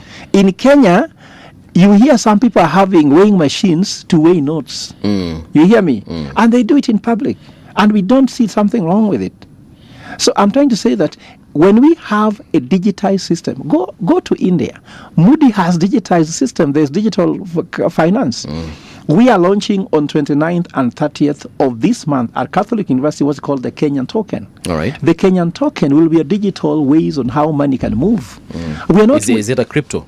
Is a crypto, but crypto is more of a meme coin. Meme coin means these emotional things. For us, it is a token, which is money for money. All right. For example, one Kenyan token is $1 in the bank. So then that money can be invested in the economy. And you can see the ledgers, how it's moving. All right. You can see who owns what, how does it move. So what my brother is saying here, these are reactions. And these are just sideshows. You cannot have a chief thief sort out theft. It can't work. What we know from the hypothesis I have is that something just went wrong among the players. So when thieves go to steal and they disagree on the loot, they always know who stole, and then they start reporting each other. Set a thief to catch a thief. This we knew from primary school. I'm sure you saw that. The teachers could set a thief to catch a thief in school. Right. So this is a deal gone wrong, and they regret for having get it go wrong. So let us not go back to start looking like that the president addressing anything. What is a cartel? And who is a cartel? Who is the chief cartel in this country? Let us not go to give people titles. What is a cartel? You hear this word cartel. Do you know any cartel by name? Have they named those cartels they are fighting? How can someone fighting what does not exist? For the first time for them to show they are doing, if I was president, so for example, I will name the list of cartels and publish them in public. These are the cartels. They are wanted. They'll be arrested. There are tea cartels, there are coffee cartels. But they should be named. Petroleum cartels. So, Mbovi, do you know any person by name who is a cartel? He speaks on behalf of the government, isn't it? Okay. He can speak today and name those cartels they have listed. You can't fight someone who does not exist. And also, the former deputy president are criticizing also claims to have gotten his report from DCI. So which arm of DCI is speaking? Or I'm wrong? Did you not say he got it from CID? Yeah, he said actually CID. So CID is where? CID is within DCI, isn't it? Okay. Yeah, so that's the same. So who owns DCI? And I can tell you, all these people need to be cleaned up. I'm not with the former deputy president. I am never with him. Even Raila died and called him Gachetha. And him that time was supporting Raila that time, isn't it? Right. If his former boss called this man Gachetha, isn't it? So those people, what I'm trying to say, Mbuvi, is yes. I'm neither on the side of those people. Right. I'm neither on this side. I'm Solomonic. You're on the side of the facts. I'm in the side of Kenyans, and I'm telling Kenyans, we do not need these reactions. We need a proactive system that will work. And I can tell you, when we launch the Kenyan token, which is going to even host the Catholic USD coin, isn't it? We'll use this money to develop the real economy. We are going to invest this money so that the people who put money in the Kenyan token can actually get a return for it. We'll put the money in supply chain, in the energy sector. We don't have to wait to take over government. So if he does not see, he does not convince by me, that's up to him. He says, yes, I've not convinced him. you talk like that. I don't think he knows me, but maybe he read about my profile in the book he bought for Solomonic Economics. You don't reach at this level if you mean nothing. I've never been elected MCA. I've never been elected even MP and the rest. How comes I built a national brand? Out of that one can be done out of nothing. Right. Can you build a national brand out of nothing? So there must be something I'm made of. Yeah. And then you may say that you disrespect a national political party like LDP, who have seen something in me and appointed me as their presidential aspirant. So a political party is a useless party to have picked someone who is useless to run for president. No. And why have they done that? They have looked at more political ideology, evolve, I've sold to them, they have bought it, they know this what can save Kenya. They have also looked at my leadership qualities. They have looked at my credit from begin to the end. They have also looked at my values. I've never been even near anything that should be considered controversial. And let me tell you, to be a deputy vice chancellor in a Catholic university, the audit report you go through is above board. To become a deputy vice chancellor where 27 bishops sit down to look at your CV and look at your record and appoint you as the deputy vice chancellor is not a mean feat. Okay. If I am, let him apply. Then he will see that the process of getting there is hard. But I'm sure also, we used to talk to him about Uzima University. He understands how it is a difficult thing to do. So I want him just to be honest by saying, you don't say, I've not convinced him. And I'm talking to Kenyans whom I'm convincing. It's part of the campaign strategy. But Joshua, coming back to you in terms of how we play politics here versus how we deliver for Kenyans. For example, we just read this morning that in China, they executed a French national who was convicted in 2010 for drug trafficking. And it is this time that they have delivered their version of justice. But here in Kenya, cases drag on and they drag, and then eventually nothing ever happens. Cases disappear, files disappear. Is it because we lack the political goodwill? Is it a problem with our judiciary, or is it the fact that we are not serious about, when we say we are fighting corruption, we're just never serious about it? Because if we had tackled corruption even before President Ruto, even before President Uhuru, Kenya ingekuanga mbali saizi. Yeah, let me start by saying that Prof is somebody I respect. That's why I bought his book and read. Thank you. And I follow him as he engages in national issues. And so, Prof, you should be assured that that is not in doubt. Thank you. Okay? Secondly, my only point is that it is critical as a nation that we move from diagnosis to, intervention. Okay, and that we have diagnosed what is wrong with this country, and we have blamed ourselves over the years, and systems have been working. But I've said that the flicker of hope that I have is that we have a leader who is making an attempt, and these attempts have demonstrated that they can actually produce certain changes. And I've spoken about sectors where there are actually changes that have taken place, and you see through those interventions, this government under President William Ruto stabilized the macroeconomic fundamentals, and that despite the external and internal pressures, our economy is still holding steady at 4.4 within the average that was set. The range that was set up by the government, and that we Kenyans are still feeling pain in their pockets, but we needed to first stabilize the macroeconomic fundamentals. We needed to go then to deal with what the president is dealing with now, that he has demonstrated that he can actually deal with the cartels. And you see, the Prof will agree with me that Kenya has been managed by cartels, and that have been so powerful. Sometimes they are called cartels, sometimes they are called deep states, that were almost impossible to disrupt. We have a courageous president, and we have a president who seems to have the way to do it. And you see, if you look at it, you see the fact that we are having changes, as I've talked about, in agriculture. We just had a 39% growth growth between 2022 and 2025 in maize production from about 61 point something million bags to 85 point something million bags, while in 2022 we actually in the road demonstrating that we did not have enough maize, and therefore the price of maize was high. This is a president that moved on to say that the constitution provided in 2010 that we should provide housing to Kenyans, especially Kenyans who could not afford.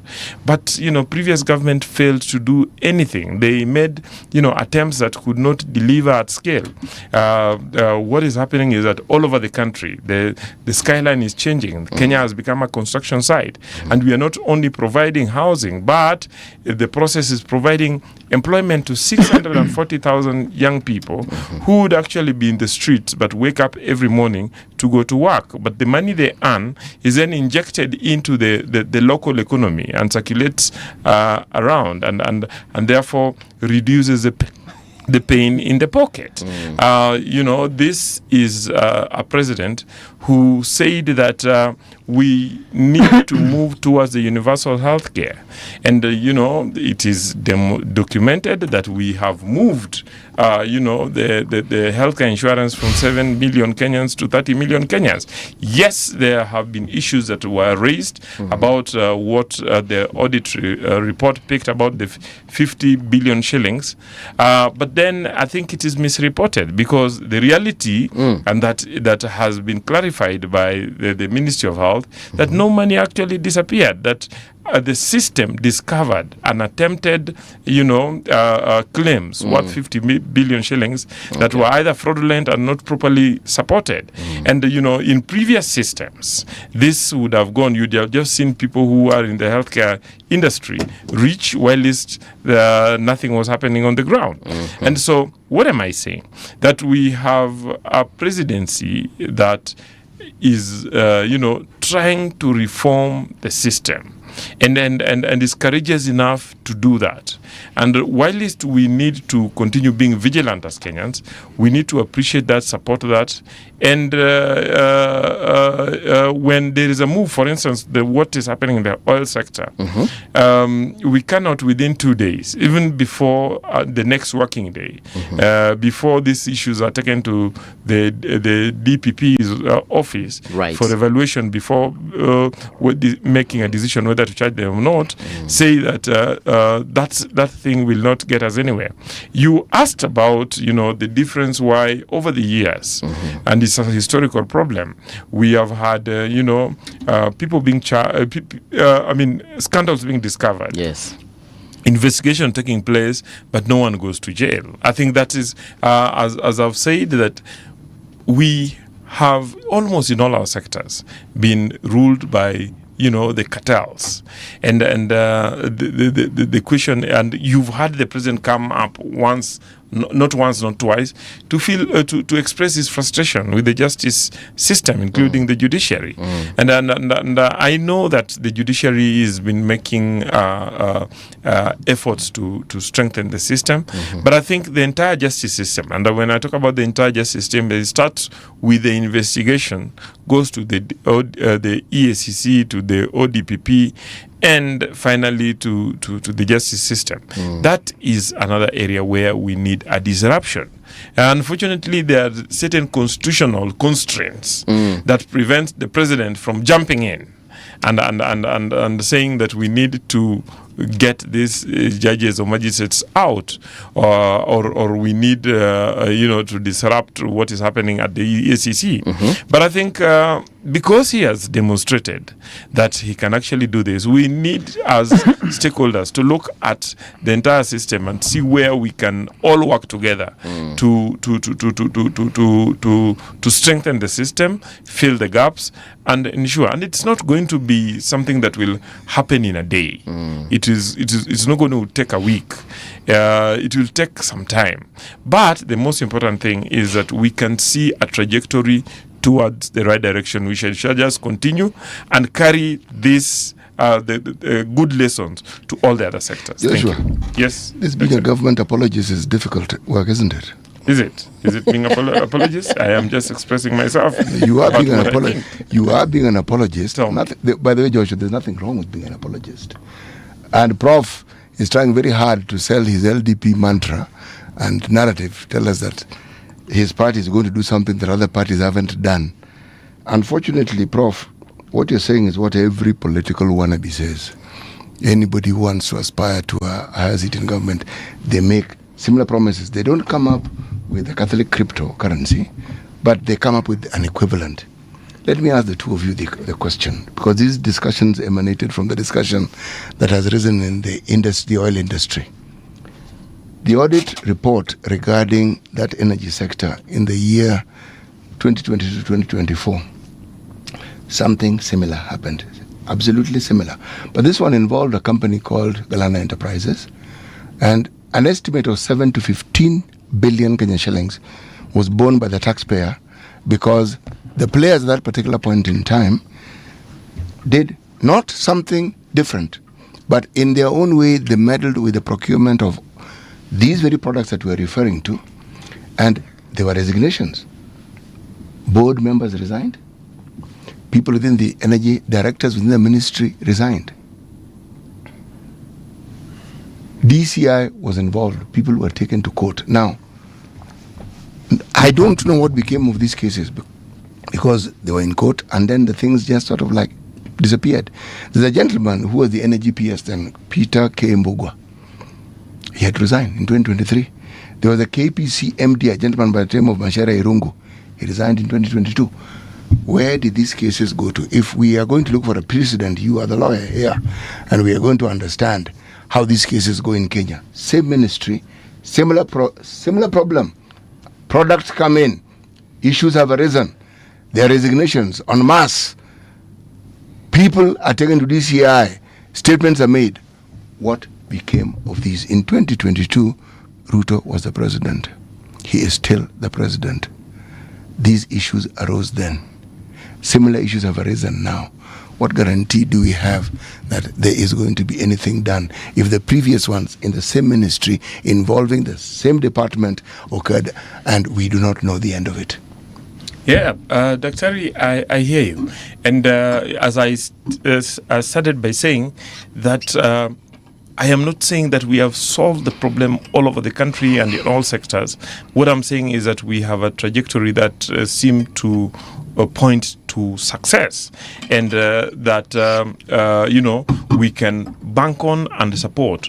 As I've said, the system was rotten in this country for many years. And the justice system is one of the systems that have been rotten. I don't have the facts with me on the progress on the Galana case issue. But I know that, people resigned and people were taken to court. And as I said, that there are the constitutional constraints, that are on the president once the matter goes to court. And that it is upon the judiciary to evaluate the evidence that has been put upon them and to make a decision. I am yet, and some of these cases, take quite a bit. I know, for instance, I agree, Joshua. There are incidences where, Kenya Pipeline officials were charged. I still see them in court today. I agree. The Anglo-Leasing cases are still in court. And still in court today. I know this. So we need to tackle that. What we need to do is, once we have a leadership that disrupts the system, as Kenyans, as stakeholders, we need to also put pressure on the rest, on the other arms of the government, and ensure that they work. Joshua, I'm not disagreeing with you. I asked a very simple question, and the question was, we have a precedent. Maybe, City, sometimes they say direct the right question to the right person. And also sometimes to know the person to ask a question makes more sense than actually the question itself. Do you know, City, you talk about apologies. Do you know where this thing came, whereby the people in power never come to ask the questions, but they send somebody to talk on their behalf? Do you know where this came from? It came from the point of view when governments became so incompetent that they cannot even answer a simple question, then there are people talking on their behalf. The current CS of Energy was asked a simple question just to describe the kind of oil you have in Turkana, and he could not. So what else are you asking? you never, when you are in class, you don't ask the dumbest child to explain to the brightest children arithmetical equation. Why not? Because most likely it won't help. You always enhance. You ask the brightest child to explain, then you ask the dumbest one to explain the understanding of how that was done. I've been a lecturer for long, isn't it? And what you do, you manage your chest. I say, by the way, you are the CEO of a bank. How can you reduce fraud in the bank? Then the CEO explain. Then you ask the guy who is in the bank and tell them, what do you understand by that? Then you see there's a conversation. But if you start with the dumbest child, they take you the wrong direction. No, I disagree, Professor. So you are a teacher, as was I. There's nothing like the dumbest child. If a child is incapacitated for some reason or the other, it is your job as their teacher to find what the encumbrances are. That's number one. Number two, you ask what their view is on that subject matter. Even if they do not understand the principle as you explained it, they will have told you what they understand. You then take it from their understanding and ensure that they then walk steadily until they understand what you understand. Well, Suti, let me say that's a matter of method, because even Jesus had a different way. Jesus asked the disciples, whom do people say I am? Then he asked, now, for you, whom do you say I am? Which means Jesus started with the dumb child, then went to the brightest children. So I'm saying it's a matter of method. Stop referring to people as dumb. This dumb child... stop referring to people as dumb. This analogy, don't take it absolutely. So let me go to the point. Then do not use it. Let me go to the point. Yeah. What I'm trying to ask here is that we are going into stories of discussing about people, this guy. Yes. Let's talk about what matters. When I become president, immediately EACC will be out. Yes. Disbanded immediately. Do you know why? Why? EACC clears every thief in this country. Tell me, even the president was cleared by EACC. Even those people who got arrested were cleared by EACC. EACC is a smoke screen for Kenyans to believe something is happening. Whenever you want to become an MCA, you are cleared by EACC. The governors in this country who are stealing money, you even saw they were all cleared by EACC. So how can someone who clears people who are thieves remain clearing those people? So you're talking about system. What is the system? EACC is a system. It's a system that clears thieves who come to government and steal our money. And then when they are now in question, they go back to EACC for clearance. It's a washing machine. So we cannot maintain a corruption washing machine called EACC. Another reason why, and I'm an economist, I use numbers here. EACC was set up in 2010. Yes. It's operated for 15 years. The budget of EACC is 3.9 billion per year. Times 15 is 58.5 billion shillings. They have recovered only 28 billion in 15 years. Now, how can you operate like that? And when you talk about the president, what is that president? How can I be a president of a country where I release a budget of 58.5 billion to someone who recovers 28 billion? That's the reason why EACC should go. I was an advisor to Kenya. The structure of governance of Kenya is the most advanced structure of governance in this country of a parastatal. Okay. Me and Engineer Rege are the one who wrote it, but I was the governance consultant for it. In Kenya, the president cannot appoint the board members. The president can only appoint the chair. Tell me any board the president cannot appoint all of them. So to become a board member of Kenya, you come from Surveyors Association, ISPAC, name it. That is the structure I propose. Then the president can only appoint who? Chair. Now, they have even gone now to put those cartels inside those governments to bring their people to the board. Now, Kenya is not the Kenya we thought. How are the other board members selected? Now, ISPAC nominates one person from ISPAC. Engineers of Kenya nominates one person. So those associations, nominates, donate someone. Yes, then they go to the board, then the president picks one of them to become chair.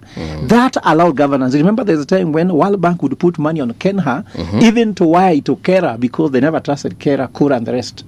My proposal was that all parastatal was supposed to be like that, where people, stakeholders in the government, were supposed to nominate, like let's say, youth of Kenya should nominate a youth to a board.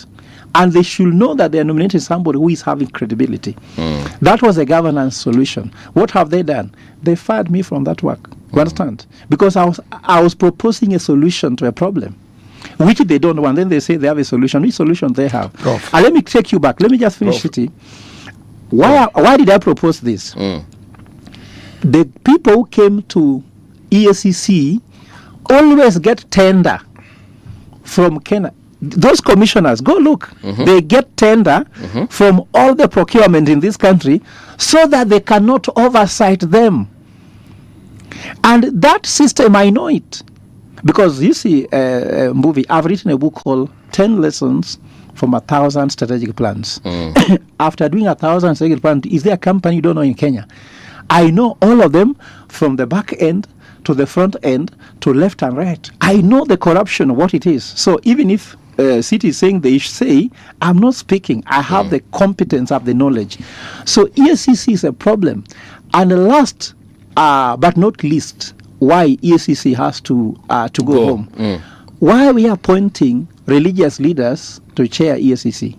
We do not want them to go to heaven. We just want them to cure corruption, which is on earth. So why should we be putting a facade of a bishop, yet nothing is happening?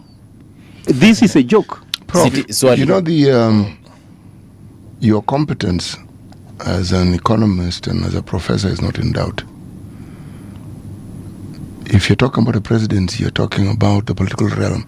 It is a completely different dispensation from your area of competence. Completely. The rules that make that particular entity function, what makes it viable, are completely removed from academia. I do not doubt for a single second the achievements you have made and the progress you have made. In terms of that qualifying somebody to lead the country politically, the two are not related. Take it from me, they are not related at all. In fact, it may be the very thing that will guarantee you do not get elected. And City, could I pick it from there? Yes, sure. Yeah, you know, I think I want to, support what City is saying. Daktari, Prof, your qualifications or credentials are respected. Okay, and then we will always still celebrate that. I'm a student of economics, and I read from you as one of the professors. But then it is important that we move from theory to reality, and then that Prof should not come here and dismiss the EACC chair as just a religious leader who should not be there. He's an architect. Okay, and then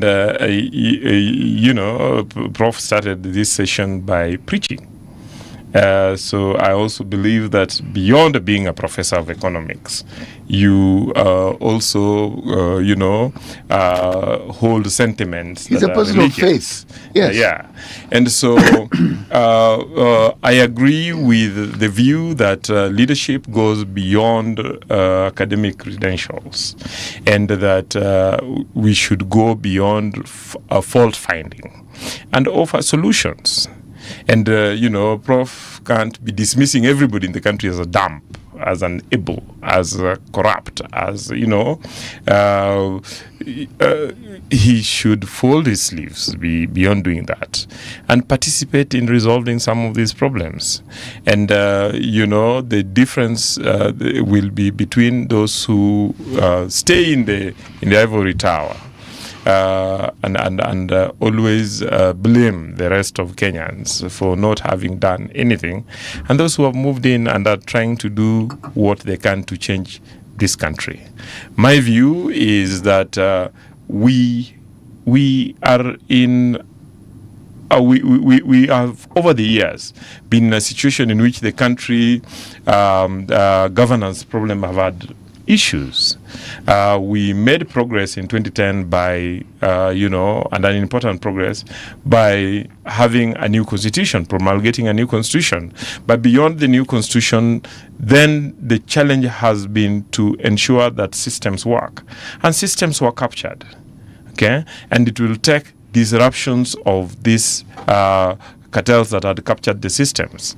And I keep telling people that if looking at what we had in the Kibaki regime and what we have had in the Uhuru regime, if President Ruto does not disrupt these cartels, then no one will, because he's the only one who has proven that he can stand out and tell off these cartels and get things happening. I know that we could talk about the slow process in finally getting the people who have been accused, who have been investigated and taken to court, to be found guilty and taken to jail.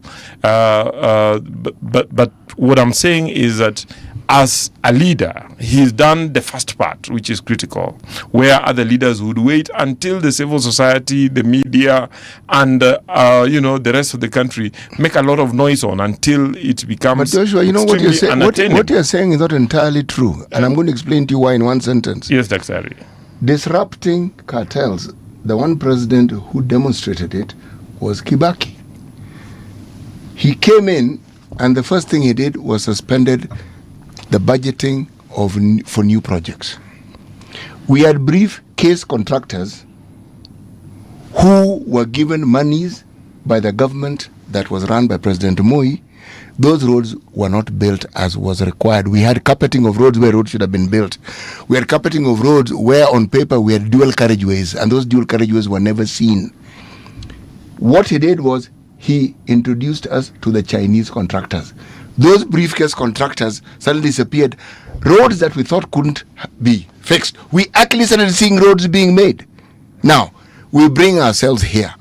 If you say Ruto as president, Dr. William Ruto has the energy, has the ability, and has the promise of being the person who can bring about change, I would agree with you. He has the promise. As to whether he has fulfilled that promise, is that not the question we keep asking ourselves and what we keep debating about? And that's allow me, because there's been direct attack to me on studio. I have to answer this. Don't worry, Prof. No. We have an entire hour. No, but I think this is important to clarify. I think you ask for disruption. Yeah. When I disrupt, then you say it's theoretical. I can tell you, I'm not a product of theory. I was a boy born up in Kibra, brought up in Kibra. 11 kids in one room, where the study table was the largest furniture in our house. For a boy to move from Kibra to own a house in Lavington is not theoretical. And you can't take my journey to be theoretical. You can't say that. And with all my theories, I became academic director when I was 29 years and a half. What is an academic director of a university like Strathmore? You are in charge of over 120 professors as their boss. You give them a class, you supervise them. That cannot be a theoretical. And I disrupted what I wanted to disrupt in Strathmore. In 15 years, I paid a price for it at the end. When I came with policies to avoid the corruption which could take place. I said it in 2021 that bottom-up economic idea will kill the economy of this country. And they end up that's the price I paid for losing a job. So what I'm trying to tell you here, Mbuvi, I'm not theoretical. And I can tell you the practicality of my approach shows how can someone lose a job in 3 years and they don't. Have you heard me doing fundraising for my food? Is that being theoretical? Who has sent me here? But Professor, so if you compare governance in a university and in a country. What I'm trying to tell you, these things have worked elsewhere. There's nothing new under the sun. Yeah. I can even go back to the Bible. But you're talking about 120 professors, Prof. Yes. But you see, do you know what's happening? Do you know the ego of a professor who is 50 years in profession with a young boy of 29 years old? You are not looking at that one. Actually, Prof, we are not. Because a young boy 29 years old will be told, like one told me, when I was already finished my PhD, you are in diapers. But still, I worked with them and led them. And they later understood my leadership. And I worked with them for 15 years. I never failed. Have we questioned your academic qualifications and progress? Coming back, let me give an example. You can want to say that you want the most qualified politician to run your country, isn't it? The country's problem is economic. When you tell us you want to go to Singapore, Singapore has chosen their most decorated economist to lead the country. For you said that economists should be dismissed. You want the most qualified politician to lead your country. So the results you get are political, but not economic. And I want to tell you why I'm talking about incompetence. Let me give you something that will blow your mind. The president took over this country when the budget was 3.1 trillion. True or false? It is now 4.9 trillion. 4.29. 4.29. That is 63% increase in expenditure. Understand? When he say he has managed a growth of 5.2. Now, let me ask you a question. I'm a stupid person, you've said so, isn't it? No. That's it. You're talking about incompetence. Prof, no. And no one has talked about incompetence. Yeah. This is a talk show that we invite you to because we respect the knowledge you have. Okay. You are personalizing a discussion that we are having, which is academic in nature. Now let me you are personalizing it. Stop personalizing it. We are discussing issues. City, your point is home. Let me go and say. Now, let me say that you are saying that you want a politician to manage your economy.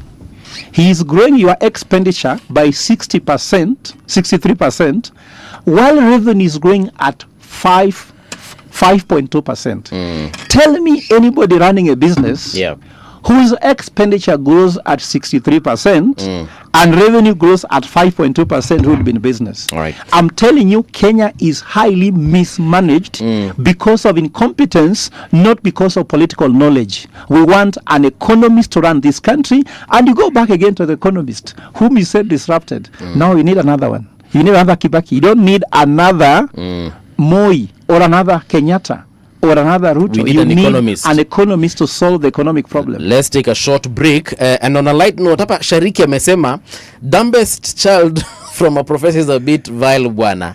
Omera bwana, we huyuko empathetic. Point again. Let's take that break. We'll be right back.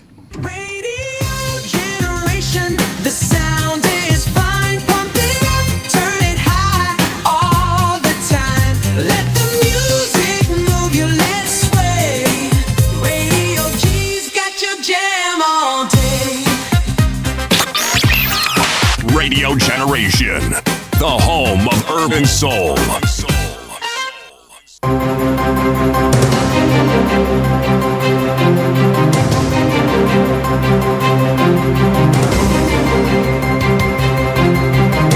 This is the Radio Generation News.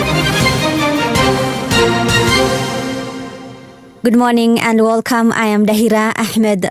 Saboti MP Caleb Amisi has urged the government to cut the value-added tax on fuel from 16% to 8%. He warned that Kenyans could face a fuel crisis due to rising tensions between Iran and the US, which may affect global oil supply. Amisi said the government should act quickly to protect citizens from higher fuel prices. The lawmaker warned that Kenya's dependence on imported fuel makes it vulnerable to external shocks. The legitimacy of any government is conditional to the responsibility to protect the life of citizens. The moment the lives and the security and the human security of the citizens are under threat, the government stops being legitimate. And as I was saying, countries have found a way of working around the fuel crisis occasioned by the Iran-US war. What is the government of Kenya doing for the people of Kenya? What are the reserves we have in terms of fuel?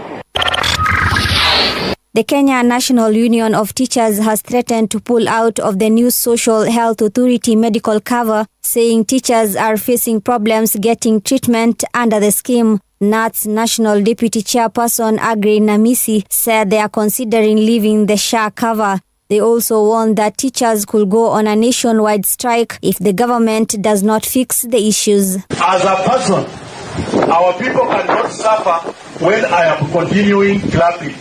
As teachers, teachers cannot suffer when we are clapping.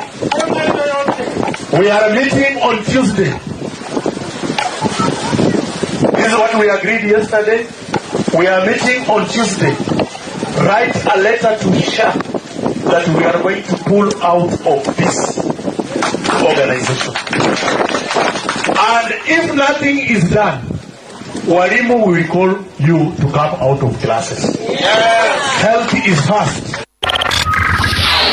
Elsewhere, a section of Nairobi youth have warned politicians not to hijack the Niko Kadi voter registration movement for political gain. The young people said the initiative, which aims to empower youth, should remain independent and not be used by the government or opposition to push their agendas. They urged fellow young Kenyans to turn out in large numbers and register as voters ahead of next year's elections. Tuko Kadi is not your campaign platform. It is not your PR strategy. It is not your political shortcut. And we have witnessed, of course, our slogans being turned into party propaganda. T-shirts branded in party colors under the guise of our movement. Young Kenyans misled at the Independent Electoral and Boundaries Commission registration centers. Media manipulation to project false leadership. This is unacceptable. This movement was not started for them to exploit it for their own political gain. And governance expert Joshua Nyamori says President William Ruto is taking unprecedented steps to dismantle oil cartels amid the ongoing scandal. Speaking on Radio Generation today, Nyamori urged the public to give the Directorate of Criminal Investigations time to probe the case following the arrest and resignation of 4 senior officials. He added that fighting corruption requires stronger systems, not just resignations, while praising the government's actions despite public criticism. President have demonstrated that when there is a problem, he moves in. And in my view, one of the reasons that I have a lot of hope is that he has proven that he can actually disrupt very powerful cartels. In the tea sector, he's disrupting it in the as a cartel in the oil sector. Other presidents would have kept quiet and allowed that to go on. So I think we should, rather than trying to build other scandals out of the process, we should recognize that there is action taken.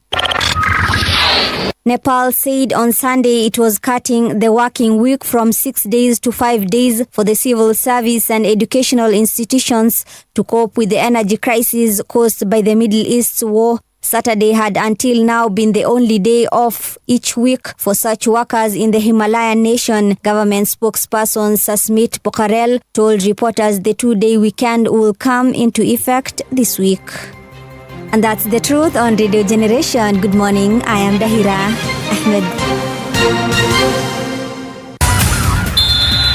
Sports on Radio Generation. Good morning, I'm Samuel Otieno.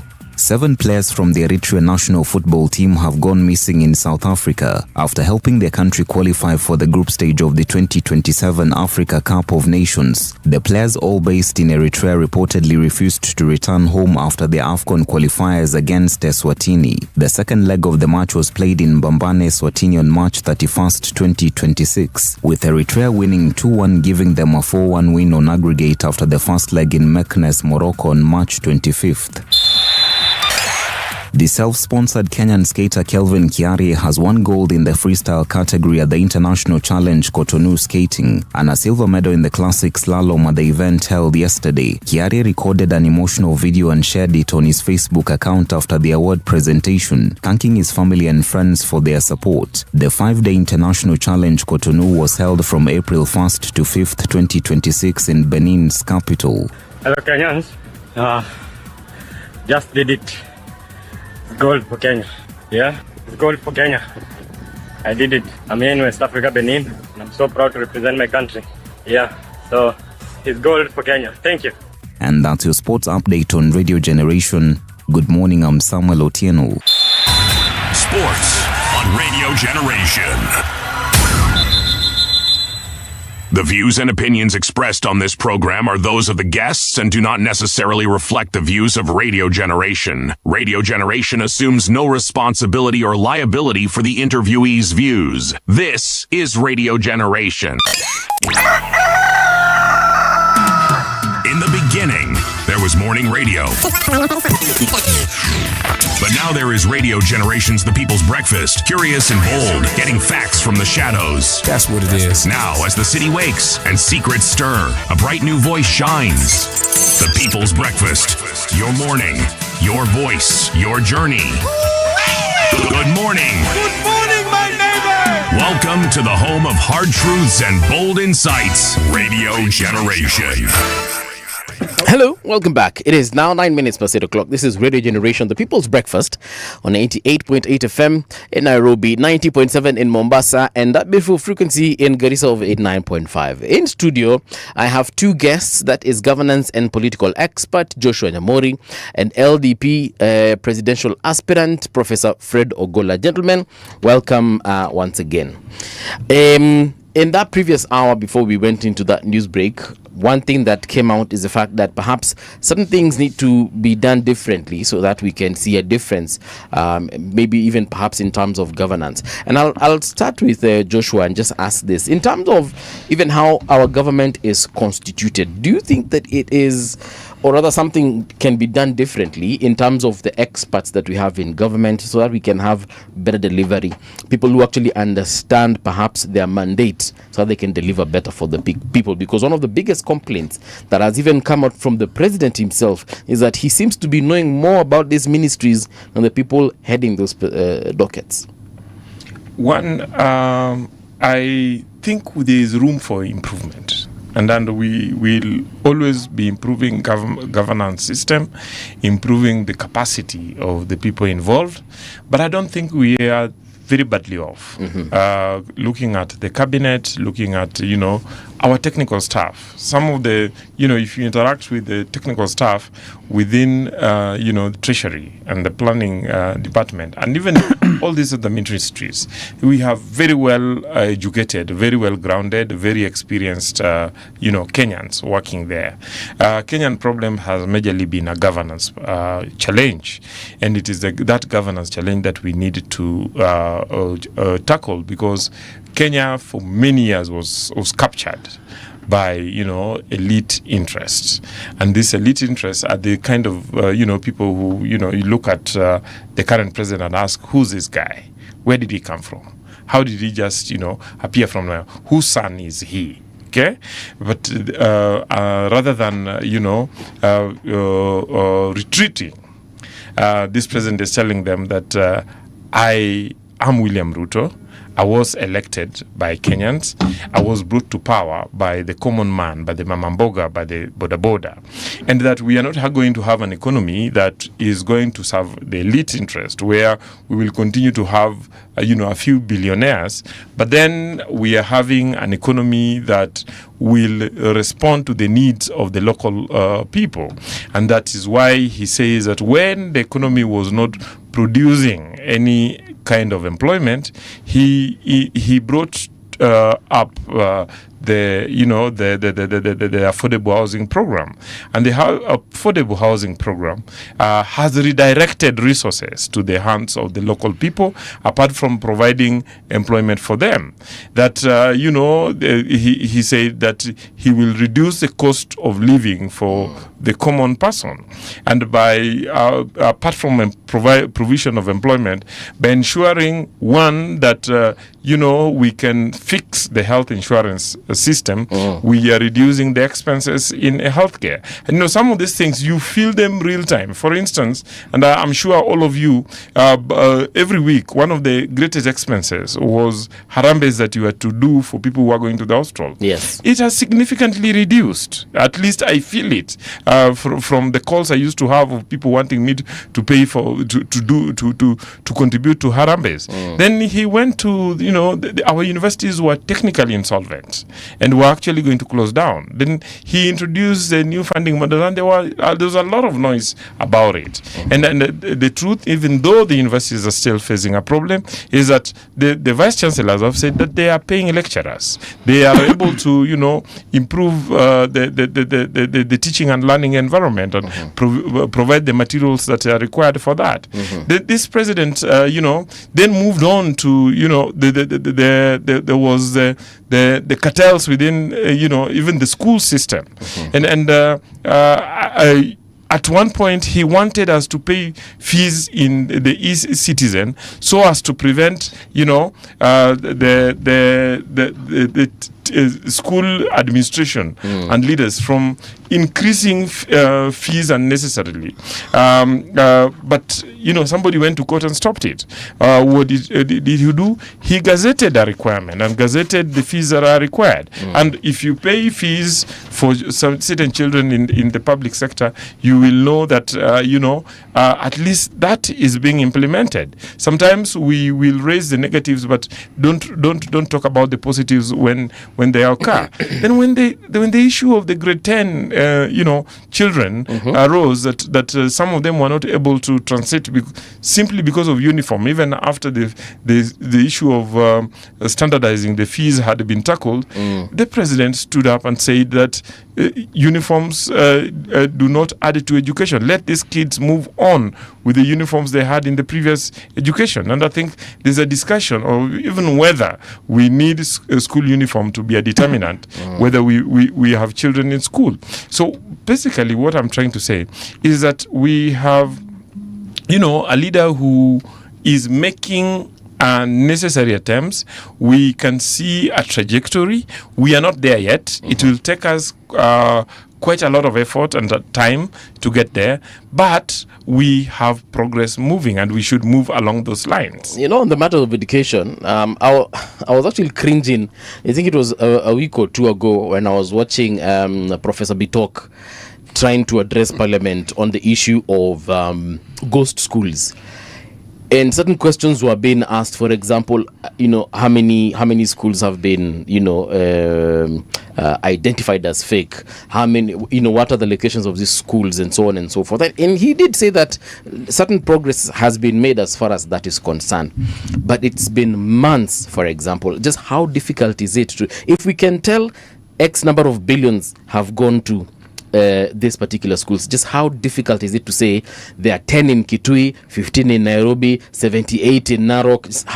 How difficult is it? Paul, in 2016, we even got figures and were told there are 2,000 ghost schools. Right.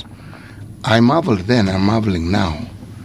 If there are 2,000, then you've counted them. If you've counted them, then you know where they are.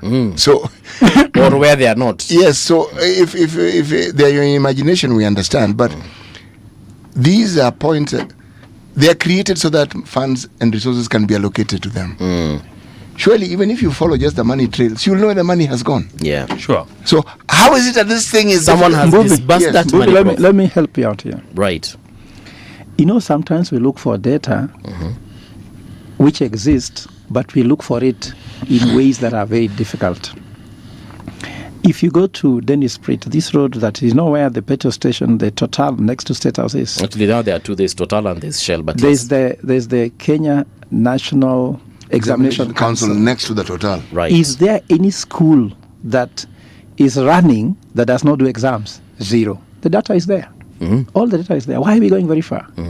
I've heard these guys say big data. What is big data? Data is there. Which data do you want? I've seen people putting up commissions to do research on how to know how many schools are in Kenya.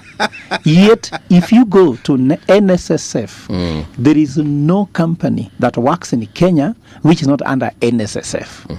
So why are we shooting too hard? Why do you take a hammer to kill an ant when you should just put your finger on it? And because you ask a question on which kind of government do you really want to have, you'll tell me to give you a formula. There's a formula, economic formula for it, and it's very clear. The evolved doctrine has got 6 elements. One is called good governance by merit. You can explain that by, say, rule of law, is about merit-based, not oligarchy system whereby it depends on whom you know. That's what delivered the Singapore miracle. The second is human capital supremacy. Singapore got the best and brightest that were even in the US everywhere. You go to London, you find that the Kenyans has designed the traffic system for London that make traffic less. While in Kenya, we have chaos. But there's a Kenyan who has delivered. Look at the Kenyans who are educated in Boston. Look at the Kisis where they are and they're doing very well. Look at the Kikuyus, the Luos, wherever they are. Why are we not looking for the best and brightest to have the human capital as a strategy? Well, you have filthy people in government who have never delivered anything. They have never delivered any job to anybody. They have never been able to support any business. And they're the ones now advising on how you can advance the country. The third one is consequence of corruption. Corruption must have consequences. And I was telling you earlier that I'm not changing my mind. I will close down EACC immediately because it's a washing machine for corruption. The fourth one is finance and foreign capital. We need foreign direct investment. And City asked me, what are you doing? I'm bringing Solana to Kenya. Solana is the largest blockchain company in the US. They'll be in Nairobi meeting youths and creating 100,000 jobs for youths in the country nationally. What does Solana do again? Solana is the largest blockchain company. Even blockchain. Visa, blockchain. I was in New York. So people ask, why did I go to New York? These people go to Washington, D.C. Washington, D.C. is the capital for politics. I don't go there. I go to New York, which is the economic capital of the world. I was at WTO, World Trade Center. You saw some of my pictures I was taking at World Trade Center, where the Twin Tower was. I went at the Bull. I went to the Christ the King just on Wall Street. And I know that Wall Street money never leaves. So I want Kenyans to start trading in New York Stock Exchange at their phone. Okay. And I want Kenyans to develop blockchain technology. And that is what Solana will do. That's what they're going to do. All Solana right. Spaces, even for exporting tea and coffee. We can digitize your tea and coffee. You can send your tea and coffee in Canada and reduce the so-called friction. You know, when you want to explore what you call friction in trade, whereby who will pay me, how will they pay me, after how long, and all that. I also talk about infrastructure and destiny. How should infrastructure work for Kenya? The way we are doing infrastructure here doesn't work. Like I want to tell Nyamori, I saw so many Luos celebrating when they said the railway will move from Naivasha to Kisumu and then go to the border. I agree with that. That's okay in terms of infrastructure. But do they know the economic implications of that? Do you know why Museveni came to Kisumu? Because once you take the railway, I'm an economist, when you take the railway to Malava, all the jobs for clearing and forwarding in Kisumu will move to Kampala. That's the thing. It's sorry about it. Why do you think that people in Mombasa were so hurt immediately railway came to Naivasha? Because jobs moved from dry ports. So it'll be a dry port in Kampala, jobs will be lost in Kisumu. But because these my brothers from Kisumu are not being held by the so-called intellectuals, they mention them. Someone says when you say intellectual, you have to put intellectual dwarf next to it. But the point, I'm not trying to say someone is not working. I'm trying to say that we are not telling people the truth. And the truth is simply said that... Wait, Professor, are you saying that this SGR is not going to be beneficial? Am I getting it listen, wrong? When Raila Odinga went and launched the port with Uhuru Kenyatta in Kisumu, what was supposed to create? Jobs for the people in Kisumu, isn't it? Now, when you take the railway to move to Kisumu... How would the creation of a port bring jobs? Since we explained to the citizenry, explain how the port being revamped and how does that create Look jobs? at the structure of that port. How many people are supposed to get jobs in clearing and forwarding? And we're supposed to clear goods for our neighbors, isn't it? When the railway reaches them, how do you benefit? Because you see, for example, when we have the port of Mombasa, goods from Uganda arrives there. Goods from Rwanda arrive there.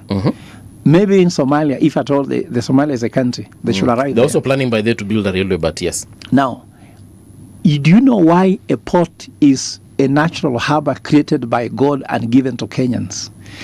I'm saying the only reason why the port, the railway should move all the way to Malava, our advantage will be if we have something to export from Kisumu out. That's the only way. I thought we had fish. Are they there? They are not. There's no factory for fish, no? And I can tell you, as an economist, there's a way economy develops. If I was the president, I would not tell you, I'm building a road so that I open up the trade corridor and the factories in a place. You build the factory to force the road to be built. You get me? Okay. There's what they call superstructure and infrastructure in economics. Infrastructure is the actual laying down of infrastructure like road, railway, and the rest. The superstructure is what is going to happen behind it. Like when we build the building in Strathmore, we build a building that will have restaurants inside. And the restaurants inside, classes inside, and all contracts inside will pay for the loan we took to build the building. Okay. Now, when you are building a railway, the railway is great. We'll see the road, we'll see the super highway, the Mauroni done. But if we are driving down there to take Nyamachoma, isn't it? But we are not creating the economic circuit of Luo Nyanza. And I'm sorry to tell you, if you go to Migori, yes, Migori should be the most industrialized town in Kenya. Do you know why? It has something that no town has. I was in Migori when the bridge fell down. Nilitembea Migori for 1 week. What did I see? There's cotton in Migori. Okay. There's sugarcane in Migori. There's gold in Migori. There is fish in Migori. You understand? And then it's at the border. Tell me any town you know that has that. So why don't we build something that can take advantage of the fish, the cotton, the sugar, the everything? Then railway will be built. If you know, and Nyamori, you are a Luo, so you know the difference. I come from Ugenya. Our border is Samia. Do you know why if you go to that area, you see everybody with Mabati houses? Why? Because the sugar belt was more the sugar belt was more prominent there. So the sugar factories forced them to have better roads. If you are driving in Luo Nyanza roads, it's different from when you're driving in Western Kenya road. The issue was the economic circuit. Come to Muhoroni. Muhoroni was the most was to become the most industrialized rural town. Do you know any rural town in Kenya is Muhoroni? Look at how development is there. Look at the number of houses there. Look at what's happening. Even they have a road now that you can use Muhoroni Road and live. So what I'm trying to say, you do know I come from Muhoroni. Yeah, so you know what I'm trying to say. So, Mbuvi, before you go to him, and I finish in 1 minute. All right. In our economic ideology, we have to design a country. We have to modernize it. We have to make it fit for purpose to offer services. And that's why by creating 100,000 jobs per county, we'll give every county 7 billion shillings to ensure there's free education and there's free healthcare and jobs for the country. That's the silver bullet we are creating, so that when we have more production, the inflation goes down instantly. All right. There'll be interest rate going down so that people can access money for business. The same time, the Kenya shilling will be more powerful to be able to trade. Kenyans will have their own income. Let us not go to so many stories, but the one single important economic thing we need is create jobs. Anybody who knows how to create jobs, no matter how you think about them, they can govern the country. Joshua, you want to respond to something about... As I said before, we cannot argue with the prof at the level of, theories of economics. That is his forte. But then we talked about lived experience and economic pragmatism.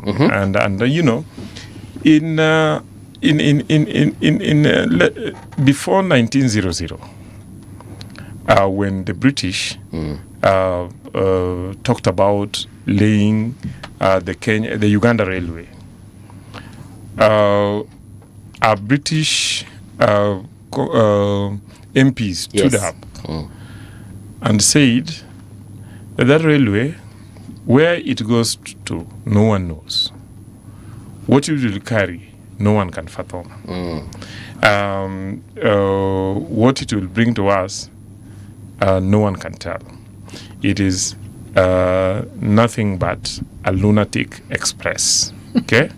And asked the British government not to put their pound on it.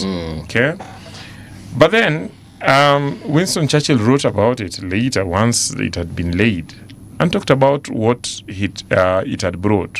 But let's talk about, let's leave the British narrative on it. If you look at the development in this country, it is along the railway line. Okay, that is why you find that the northern part of the country is not developed, because they had no infrastructure. But if you look at the path from Mombasa all the way to Kisumu and to Malaba, it was the path that the railway followed. So that when the railway was laid, then we had factories, following. And these factories then created demand for raw materials, and the demand for raw materials then spurred up agriculture. And apart from agriculture being spurred, then we had hubs that then became commercial centers. And if I give the example of Kisumu alone, yes, Kisumu became what it was because the railway hit the pyre of Kisumu.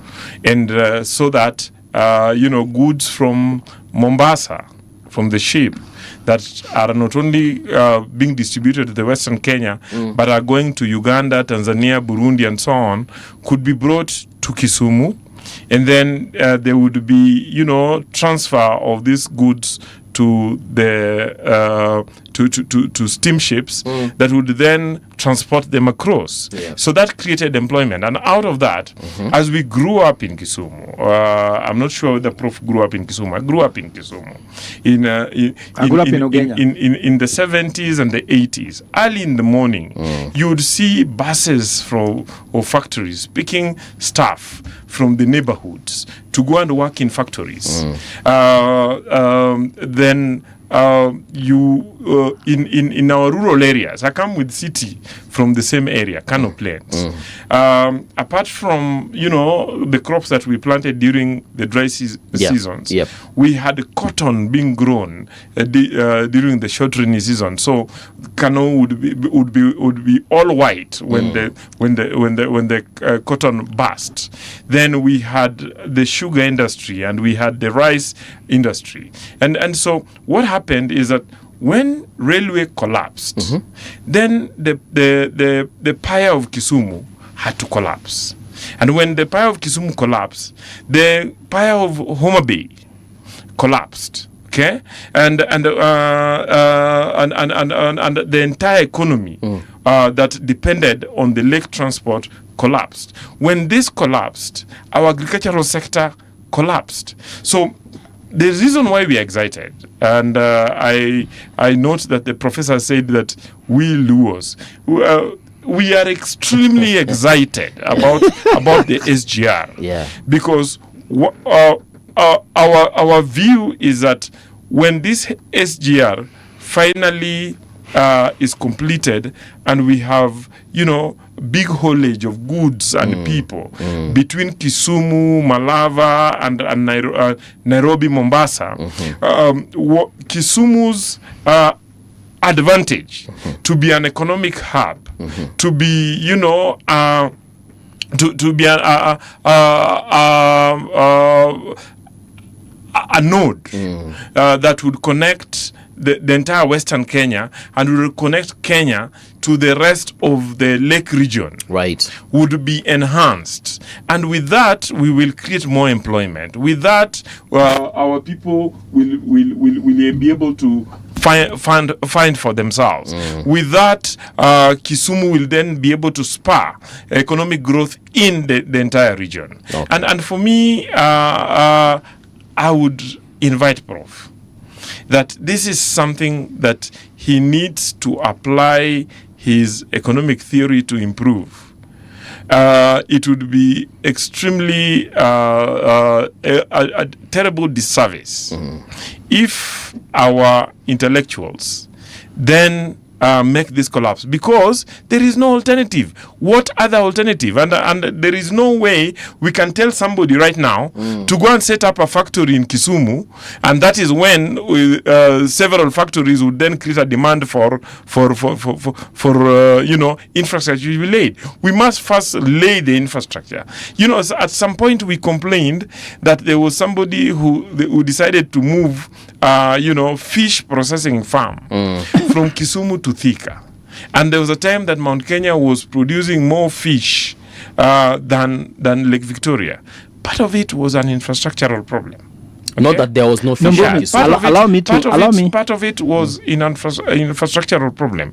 So we would want the government, and the president is doing quite a lot. Apart from the issue of the railway and the port, we have the fish landing beaches that are being created all around the lake. We have 10, and we have vessels that are being built in Kisumu that will be plying between Kisumu, Homa Bay, Luanda Kotieno, and there's another pier being built in Luanda Kotieno. These are now ferries. The ferries. Okay. And we will have, we will revive transportation between Kenya, Kisumu and Mwanza. Those are the things that can return Kisumu to what it was. Right. And we need to do these things for all the nodes across the country. Thank you. Bobby, I agree with him, but the point I'm trying to make is, even in life, now if you go home after work today, yes, your wife may give you a list of 10 things you need to do, isn't it? Yeah. You can't do 10 things in a day. You have to pick and prioritize. So you can begin from A and reach B, or you can begin from B going to A. Now, currently, what is the crisis that normal mwananchi is facing? There's no money circulating in their pocket. Youths have no jobs today. Those sleeping of hunger are hungry today, and they might die of hunger today. Those who don't have healthcare don't have it today. Now, if you are building a railway, so that railway will create the building of a hospital or a factory, how long does it take before you save the person dying today? Remember, when I'm an economist, I'm looking at things right now. You reach home, and you find that someone tells you that, for example, you are a politician, someone can tell you, I have no job, I have no girlfriend or a wife, I have no money, I have no car, I have no degree. What do you fix first? If you give this guy a wife first, unless the wife has money, you have justly condemned him. But you can't give someone a job maybe who does not have the basic requirement. So you may start by taking this guy to school. And by taking him to school, there's a chance he can get a job. By getting a job, maybe he has a chance to have a girlfriend. And then maybe later actually can buy a car. But when you buy this guy a car who has no job, isn't it?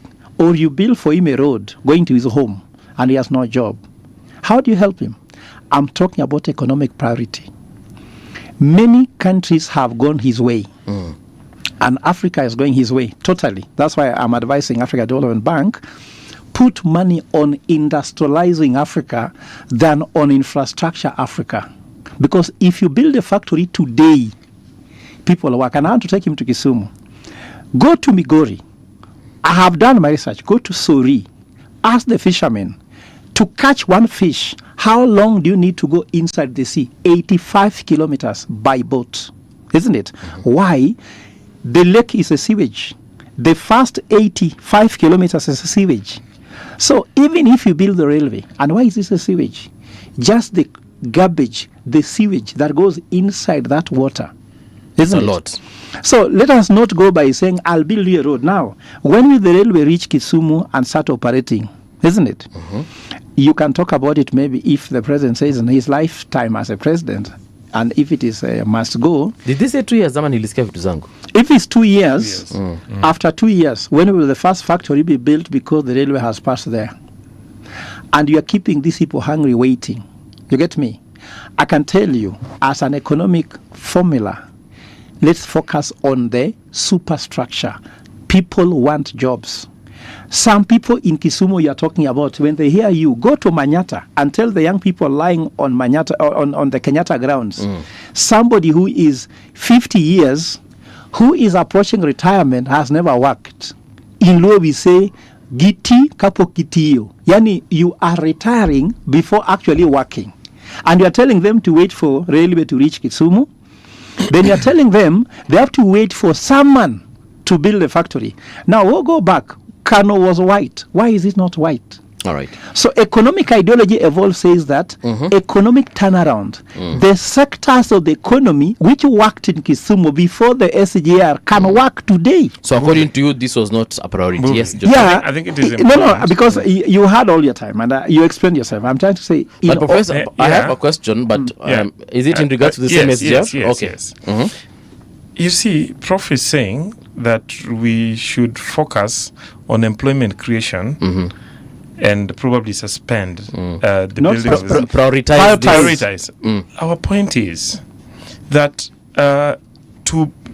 see employment crisis in this country and in a city like Kisumu is huge and something that has built over time, and it's not an issue we are going to resolve in a day. And we are not going to fix it by one intervention. We have to do it through various interventions.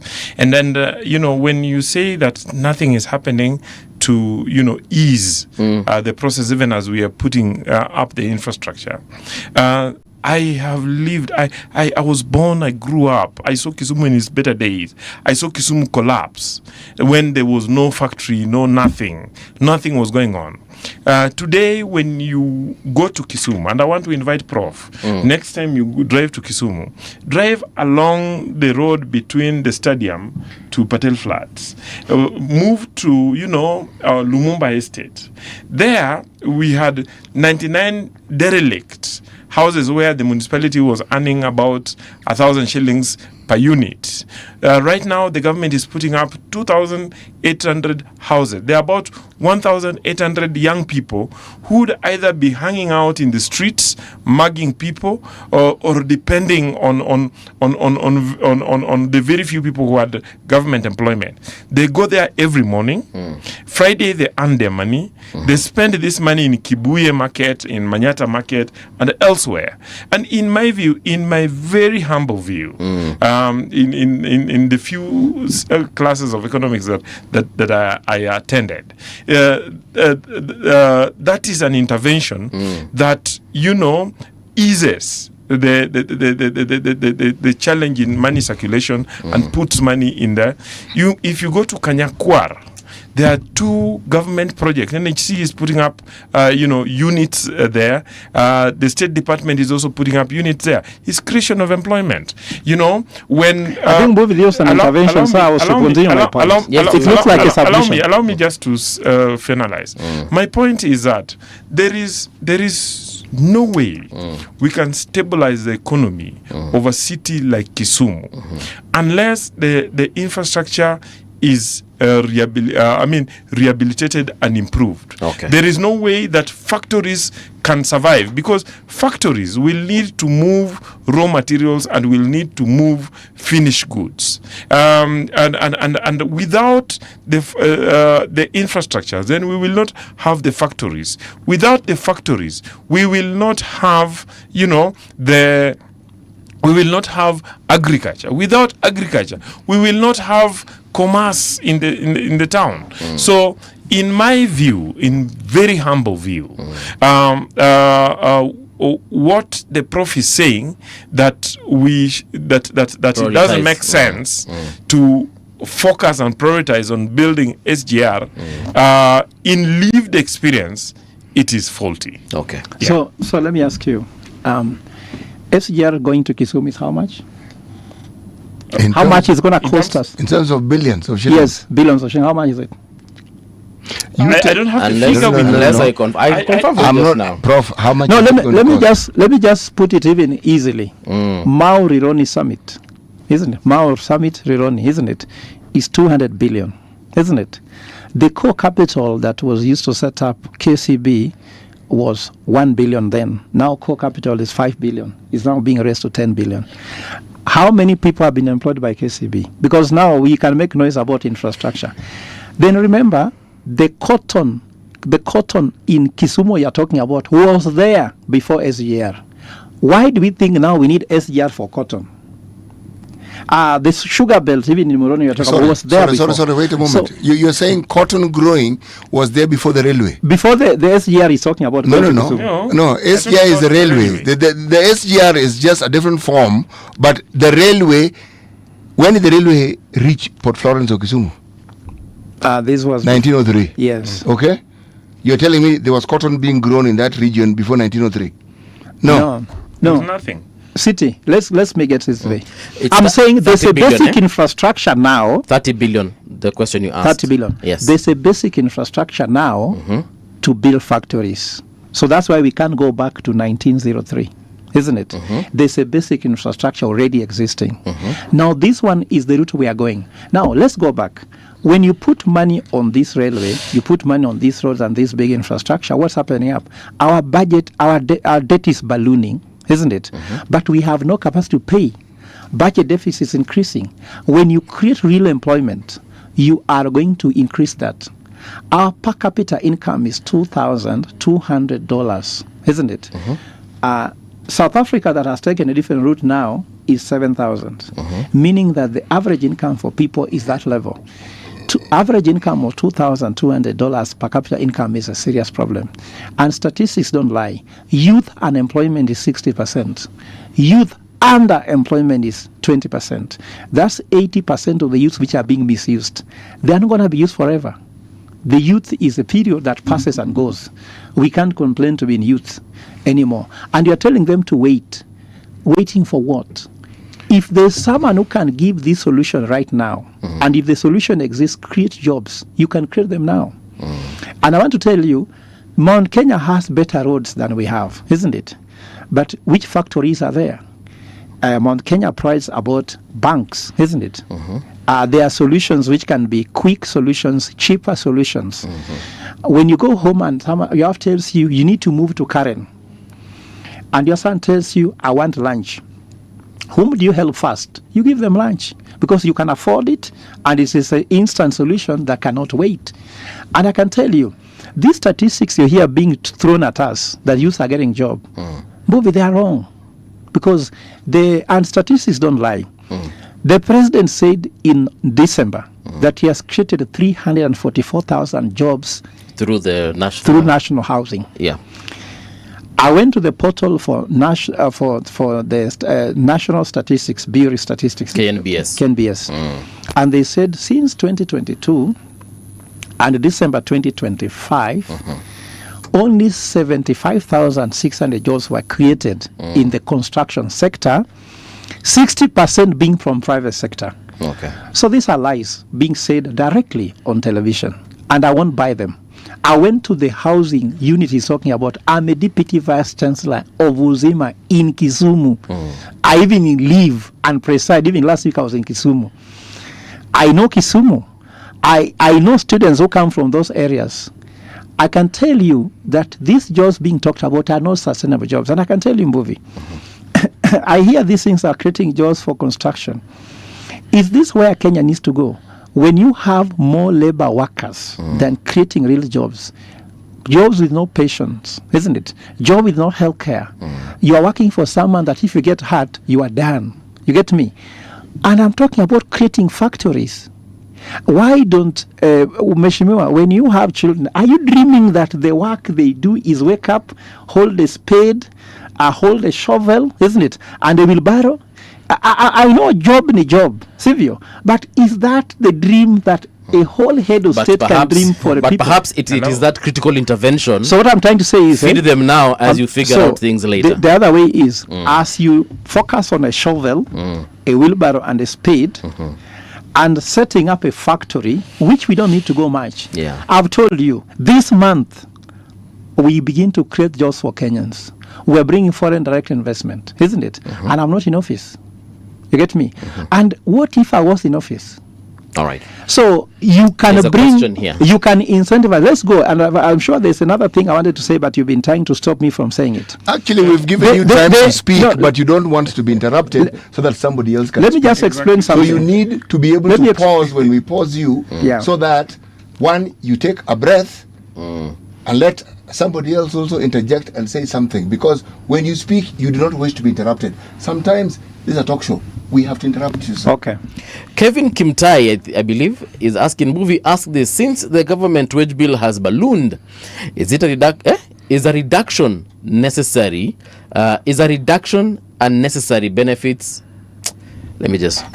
Is a reduction in unnecessary benefits for state officers an area that could redirect resources to key areas such as Afya na Elimu? And perhaps I'll start with Joshua. There's something I want to say before interrupted. Just give me a minute. Okay, a minute it is. So instead of going to spend 200 billion, you balloon your debt, your interest rates goes very high. Then to pay back, you have to tax too much. You prevent foreign direct investment, isn't it? And if you allow and you create an enabling environment, someone will come and say to that factory, you don't have to put money there. You reduce corruption. To reduce corruption, you don't spend nothing. What do you need to spend to reduce corruption? Nothing. Someone will see Kenya as enabling environment. Ethiopia is booming without building those railways, isn't it? But somebody sees an environment where you can invest. Someone sees a lean government and a clean government. When you want to do business with this government, you know very well it takes a lot, isn't it? Because there's corruption in the system. Those are quick wins. Lastly, I've done a formula. In LDP, when we take up government, we shall reduce the cost of energy by 45%. The token you buy as a Kenyan will go down by 45%. We've done research. First of all, there was research done by the president, and they recommended to him that it is possible to reduce electricity bills by 30%. You have that report on your table, isn't it? It's not been acted on because we have 20% leakages, just leakage. The system, the grid is rotten. That it loses 20% of energy that comes in it. Can we it's too expensive. Now so that somebody else can ask a question? Because Professor takes a minute and then it becomes 10. Pause. But on that foreign direct investment, it is actually on his agenda. I remember we don't do an agenda, do it. We had a conversation last week on the same. Every person has to have an agenda. Exactly. You have an agenda. The president has an agenda. All the presidential aspirants have an agenda forever. Yeah. And they want to increase it by about 600%. But yes. Yeah. You know, for me, the most disappointing thing is that I'm walking out of this session with the professor, dismissive of SGR to Kisumu and, the Rironi Mau Summit Road. You need to look at... Remove the word dismissive, but prioritization. I think that's my word. Okay. Allow me, Prof. I allowed you to express it the way you wanted. Allow me to say what I have understood by what you are saying. And, you need to use this road. I started driving at a very young age, and I've driven on this road for many years, and it is hell. A travel that would take me 4 hours about 15-20 years ago is now taking 8 hours. It means economics. I mean, you need to see the difference by somebody taking SGR from Mombasa. I took SGR to Mombasa over Christmas, and the multitudes that were being transported and the goods that were being transported to Mombasa within 4 hours. A journey that by road then would take you almost 10 hours. Okay, and back. Look at the savings. There are people who actually nowadays live in Mombasa but come to Nairobi 2 times a week to do their businesses and go back. We want to get there between Kisumu, Nairobi, and even Mombasa, and infrastructure is important. And you see, while the Prof talks about the ballooning debt, one is that infrastructure needs to be built. The Mount Kenya area that we was talking about has a stable economy due to infrastructure, not only roads, but also electricity. I was the other day trying to look at, the data and the figures on electricity penetration and spread between Mount Kenya and the Lake region. It's scandalous that we have a country where one region gets so much electricity, while another region is actually in darkness. So that a factory that is set up in Kisumu would actually have to switch off the plant at certain points of the day because of insufficient electricity, while a factory in Mount Kenya can operate 24 hours. That makes a whole difference on investment.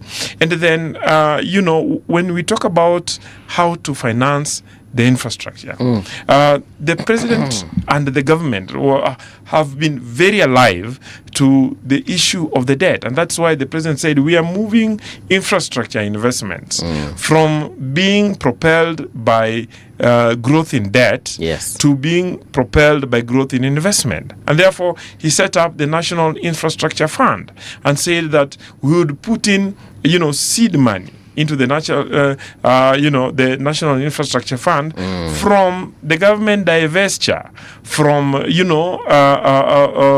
some of the state corporations that can operate commercially. And I know this because I have sat in a state corporation, for instance, the National Housing Corporation, that is holding 600 acres of land, but is technically insolvent. Okay, because the public sector system is not able to drive investments in some of these assets, and all these our state corporations are holding those investments. So let's leave them to the private sector, which would answer to what Prof is saying, to invite the private sector to participate in those state infrastructures, have the money go into building our infrastructure through the National Infrastructure Fund, and as we do that, then use the seed money in the National Infrastructure Fund to leverage for, more investment into the fund.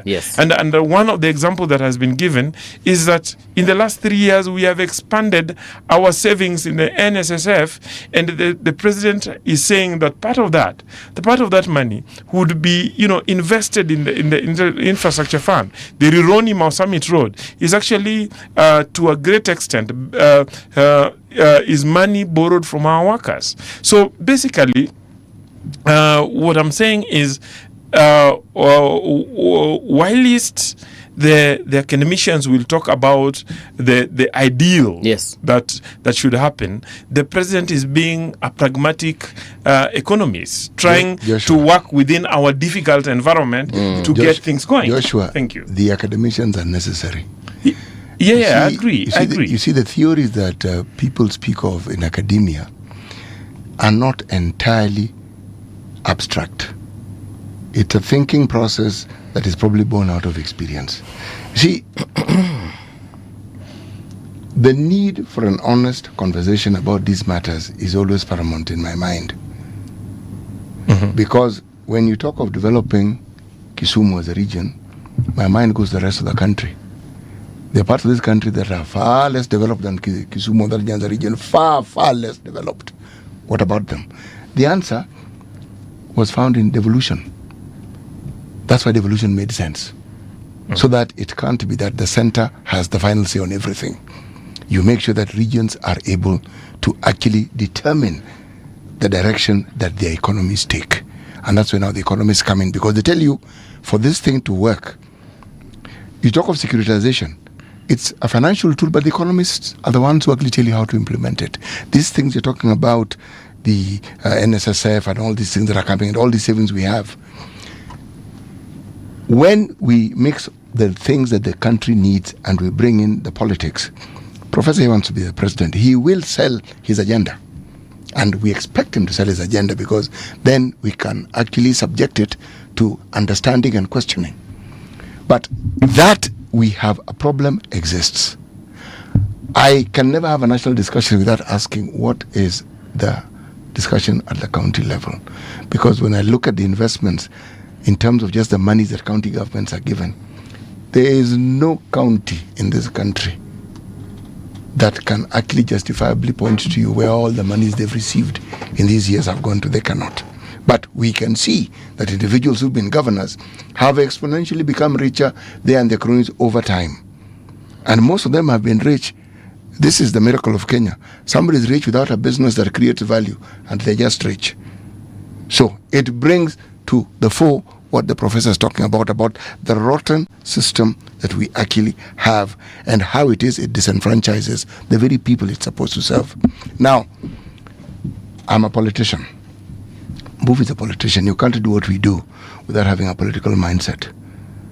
But if we do not have an honest discussion about our politics, and we look at it from the very tunnel vision of how it relates to us directly, or the regions we come from, then the solutions we keep talking about in this country won't work. How have the county governments, through the Council of Governors, not come up with a solution to have intra-county businesses, intra-county trade?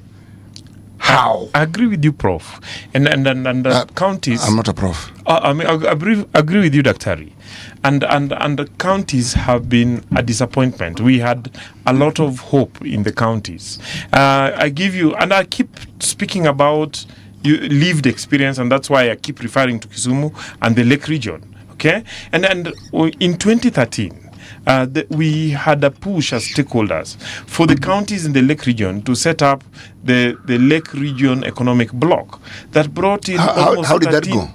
Almost 13 counties, and that the counties were to set up an investment bank, the counties were to set up infrastructure and so on, but then politics killed it. Unfortunately, we will have another day to discuss that. We will, but politics killed it. Politics didn't kill it. My point is that even as we push the national government to do what it should do, we need to also focus on the county government and fix leadership at the county government, and be able to, develop economic plans that actually work and get counties working together. That's where people like Prof come in, because these people can incubate for you something that actually works. I agree. Yes. I agree. My only point, I fully agree. My only point is that we need to marry practice and theory, and I'm sold to the idea of having a praxis, so that as the professors keep researching, keeps refining theories, that they can also benefit from lived experiences, without being dismissive of the lived experiences, so that we have an interaction of this to be able to develop plans that are theoretically sound, but also practical. Thank you. You'll have the last word, Professor, as we close. Let me say that people dismiss theory, but people don't understand the process of developing one. You cannot produce theory which is not tested by data. So these theories, we say theory, there's no theory. What's the process of developing a theory? Even you start by hypothesis, what's the problem, then you test it using data, then you generate it. Solomonic economics, which is at the basis of this thinking, was tested even by world-leading economists in New York when I gave them the economic formula, how it should work, oppose what is happening. I like his thinking because he thinks that we have lived experiences.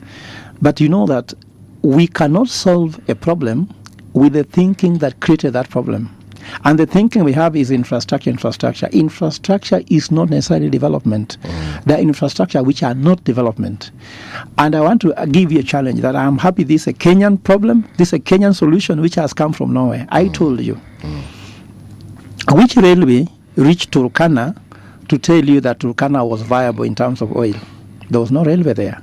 But discovery of oil, now you can get a factory, a company like Talo, to tell them now build infrastructure of a road to go and get the oil from Turkana and bring it to the port. I was an economist who was advising Peru. We have Anglo-American mining company there. When you discover a mining site, the president tells you, give us an alternative infrastructure without using our own road. Build your own road to carry for you the copper you are mining, And because mining contract is 10 years, after 10 years, the road belongs to the country with your own money. Okay. But here, we are not looking at it. We are looking at how do we borrow. And I can tell, the debt is an issue in Kenya. It is now 10 trillion. The debt, when Kibaki left it, it was 2.7 trillion. It's actually 12 trillion. Now we're talking about, no, it depends on the data you're using, but it's 13. They're going to borrow another 1 trillion this year to make it 14. All right. So what I'm trying to say, Mbuvi, is that there is an economic formula that you cannot beat. And science is science. These people are operating outside science. Right. And that's how I'm correcting by saying the real bottom-up economic model they are proposing can't work, is not working, and we cannot walk through the same route. There is a time when a pastor builds church. After building the church like a building, now there's time to build the faith in the people to carry the church. We have built the roads. Enough now to build factories. And our priority now is build factories to create jobs among young people. The Gen Z, that was the issue, came from an economic problem, not a political problem, because politicians did not go to the street. It's the young people went to the street. Solve their problem. If not, they're coming for you. And it's going to be very, very mercilessly, I'm telling you. There is nobody who can become president, even if you change from Ruto to somebody, who will fail to fix the economy and have peace. Professor, thank you so much. This is where we come to a close as far as this conversation is concerned. Wakili, asante sana pia kwa kukuja. Asante. So many questions that we haven't answered, but that gives us an opportunity to have this conversation once again. Right now, though, here's the news with Dahira Mohammed.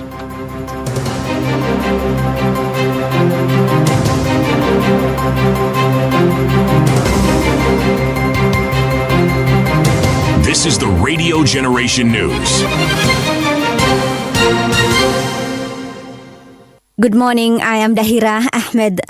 Residents of Gongoni Market are protesting the poor condition of the Malindi-Lamu highway. They say the road is too narrow and dangerous, pointing to a recent accident that killed 5 people. The residents have also decried the lack of bumps and signage on the stretch to improve safety of road users. Tunataka barabara iwekwe minuko, tuwekewe alama za hapa kunapita watoto, hapa kunapita ng'ombe, hapa kuna hospitali. Hatuwezi vumilia kukufa. Hakuna marking yoyote, hakuna signboard. Kwa hivyo tunaomba mheshimiwa gavana wetu Mngaro, Aisha Juma, pia unahusika katika kitengo cha barabara nchini Kenya. Tunaomba utuwekee bump kwa hii barabara, uipanue na utuwekee signboard, ili hata madereva wageni wenye wanakuja huku kuchukua bidhaa, wao wanajua kuwa hapo mbele kuna soko, hapo mbele kuna viviwa watoto wa shule.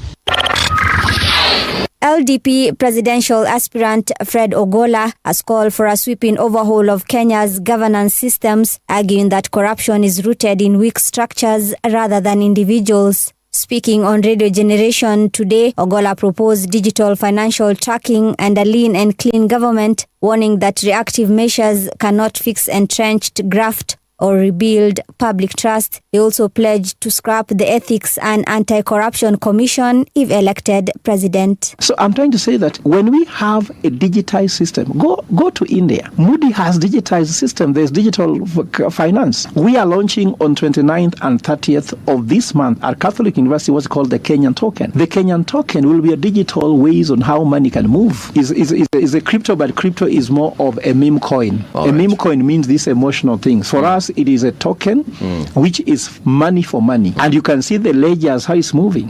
You can see who owns what, how does it move. You cannot have a chief thief sort out theft. When I become president, immediately EACC will be out, disbanded immediately. Do you know why? Why? EACC clears every thief in this country. Moving on, former President Uhuru Kenyatta continues to face criticism over remarks he made last week in Kirinyaga County, where he urged Kenyans to make a more informed choice at the ballot in the upcoming elections. Leaders aligned to the Linda Ground faction of ODM are the latest to criticize the former head of state, accusing him of promoting divisive politics. The party has also maintained that zoning will be among its key minimum conditions in any pre- or post-election agreement as it gears up for talks with UDA party. Mheshimiwa Uhuru, huyu President Ruto alikufanyanga makosa gani? Tueleze tu tuelewe. What is it that he did so wrong that you can never forgive him for? What is it? We want to repeat that Uhuru Kenyatta did not develop anything in this region. And that is the reason why we are dying with William Samoei Ruto, because he's a genuine friend. He has allowed us to implement projects. He's put us in positions, and our people are very, very happy. If they're not going to know that on that table, ODM are very strong, the ODM can fill everybody everywhere. There's no negotiation when it comes to zoning. Because we are not going to allow UDA plant candidates here in Moroni. Elsewhere, 2 suspects have been arrested in a joint operation targeting farm produce theft in a boost to efforts to curb agricultural larceny. The National Police Service said the suspects were found with stolen produce from Del Monte and Mongolia farms, with the operation carried out alongside private security firms. Authorities say the crackdown is part of a broader strategy to protect farmers' livelihoods and food security. And the Nigerian military says it has rescued 31 people who were kidnapped from Easter church services in Kaduna Estate. At least 5 others were killed in the attack. Gunmen raided a Catholic and an evangelic church, despite heavy security being ordered for Easter celebrations in the area about 100 kilometers north of Abuja. And that's the truth on Radio Generation. Good morning. I am Dahira Ahmed. The views and opinions expressed on this program are those of the guests and do not necessarily reflect the views of Radio Generation. Radio Generation assumes no responsibility or liability for the interviewee's views. This is Radio Generation. In the beginning, there was morning radio. But now there is Radio Generation's The People's Breakfast, curious and bold, getting facts from the shadows. That's what it is. Now, as the city wakes and secrets stir, a bright new voice shines. The People's Breakfast, your morning, your voice, your journey. Good morning. Good morning, my neighbor. Welcome to the home of hard truths and bold insights, Radio Generation. Oh, yes, indeed. It is now 9 minutes past 9 o'clock. How are you doing? This is Radio Generation, the People's Breakfast. It is the last hour, but like I like saying, it promises to be the best hour yet. With us in studio, of course, apart from CT, to Konaye Mgeni to this particular hour, the founder of Biliki Foundation, Abdirashid Biliki Hassan. We've had so many conversations, by the way, around Biliki Foundation, but today, finally, I have met the man behind the foundation. Biliki himself has come. Biliki himself is here. Good morning, sir. How are you doing? Good morning. I'm well. How are you? Sitko salama pia. Thank you for having me. No complaints whatsoever. I'm privileged to be here. Yes. I've been listening to your breakfast shows for a while now. Right. And ndo huyu mimi.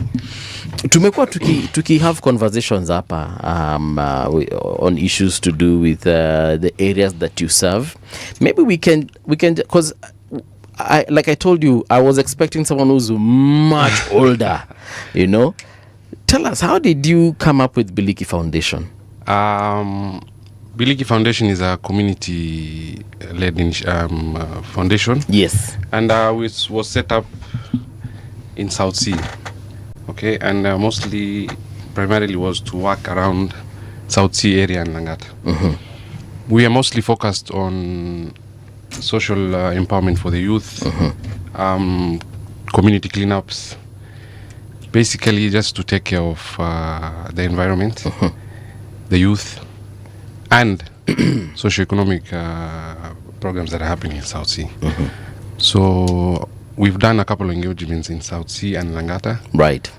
From tree planting, we've done community cleanups, we've done we've engaged schools by encouraging, when the exams are near to giving out geometrical sets. Because mostly we work with public schools. Yes. And in Langata, there are not many public schools. In South Sea, I think there are only 2 public schools. And the one called Kongoni Primary School. So we worked closely with them by now at least understanding what the demographics of the students are. There are some that are not well off. So exams come with challenges as well. Right. So we've been giving them support programs, the geometrical sets, what is it called, documents that are needed when they're doing the exams and stuff, and morale building pia. Yeah. So the foundation is not an NGO that gives out funds and no. It's mostly community. You don't go dishing out money. No. Yeah. And it came up 2-3 years back. Okay. Where because we've found South Sea, I think I've lived in South Sea for 32 years now. You've been there for 32 years. Yeah, so August, how old he is? I'm 36. Exactly, which tells you he has lived there literally all his life. Yes. Okay. So we've seen South Sea change, not for the better, for the worse now. So how so? I think issues coming up with urban planning. Okay. South Sea used to be a very good residential area, a very beautiful area, you know. Yes. So we've made noise, come up with initiatives that are not working. So we had to take things into our own hands now. All right. So the little we can. And you see, you can't do it as an individual. You have to do it as a foundation because we need funds too. So I need to come to friends and say, oh, just chip into the foundation instead of chipping into Rashid Biliki now. You know, it doesn't. So we came up with the foundation like that. So we have sponsors that are people that live in South Sea. Yeah. So they've supported us during all those initiatives we've done. And it's people who still love South Sea, regardless of the high population density that is coming up and planned developments coming up. Yeah. So we're still hopeful if we go on with what we're doing, maybe the county government or the national government might recognize our initiative and follow up and do the same. Because it's very simple. All we need is planned developments, good drainages, people to take care of the environment. You know, there's a very big youth percentage in South Sea, and if it's not planned well now, it's going to be a very big issue coming up. If you can see, maybe when now politics is about maybe it's 15-14 months, that's when you see a lot of youth coming up on the roads, being given handouts. South Sea wasn't like that before. We used to have social halls and football tournaments, and there used to be a lot of youth engagement programs that were happening. But now ni siasa, handouts, or kuja fuata yu mheshimiwa this way, mheshimiwa that way. So I think that is why what drove us to start the foundation. And going forward, we might partner with other like-minded foundations to come up with programs that will be more engaging. Yes. And hopefully put our ideas out there for good governance. Apart from that building that came down a couple of weeks ago and people lost their lives. Yes. You know, because I pass through South Sea once in a while, and I'll see these developments. And I started seeing them a couple of years ago, maybe around 2018 thereabout, because I used to frequent South Sea during that time. And I thought, watu wako na pesa huku bwana. Because a building is brought down, a residential building, or rather a small house is brought down, but then again you see 14 floors being set up. And I was like, okay, this perhaps is the way to go, because look, our population is growing. What options are there? And at the time I thought this was actually great. But now that you have been a resident of that area for over 30 years, you know firsthand what that kind of development is doing. Perhaps before we even get what the foundation is all about, what is the impact of that kind of development? Compare it to when you were there some 20 years ago to right now. I think, to be fair, high-rise buildings were to come because I think urban movement is growing. Yes, indeed. And of course, high-rise buildings is the way to go to, because there's no more land. Land won't grow. You just have to work with what you have. But the issue is, how are those developments managed? From the onset of how you start, you know? There is a zoning in Nairobi, I think from zone 1 to 10. South Sea falls under zone 10, where it was planned for high density. Okay? This now goes to Langata, Nairobi West, Madaraka. The county already knew this area would come up and have high-rise flats or apartments. But there's infrastructure needed for that, you know. Before you give out the approvals, there is roads needed for, because let's say you're living 6 people in that 50 by 100. Basically, South Sea is mostly 50 by 100 or 60. Maybe 6 or 7 people, max maybe 10 for like the Somali families that we. But remember, the same plot is having 14 floors.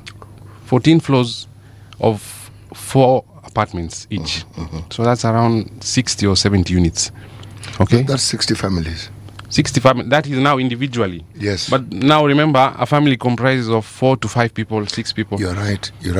So 60 family units. Units. Yes. That has 400 people. You know? So this place used to handle 7. It's 7 people. Now it is handling 400. That's one. Okay. That's one. We're having That more is- than 60 something of those developments now. In the last 3 to 4 years now.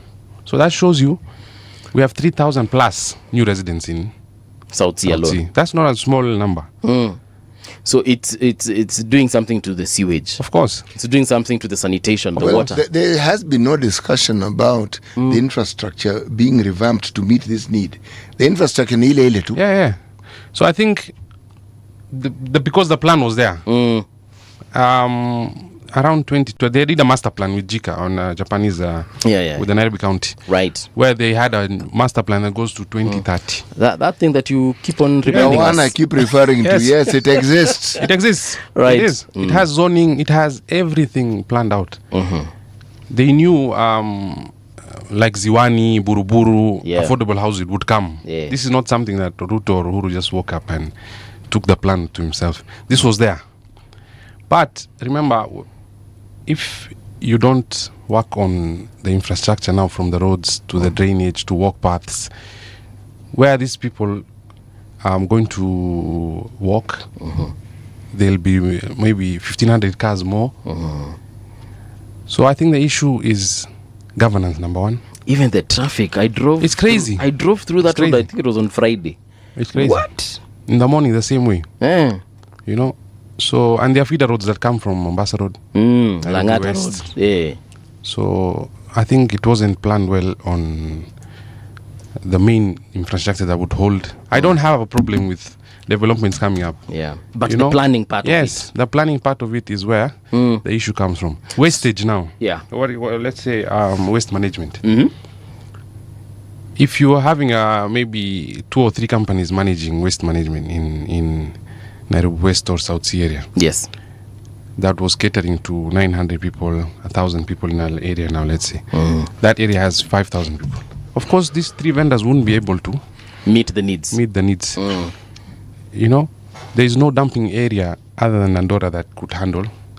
So I think it's an issue of governance that starts way back. And our approvals are being given out, I think, by now, you know, in matters that...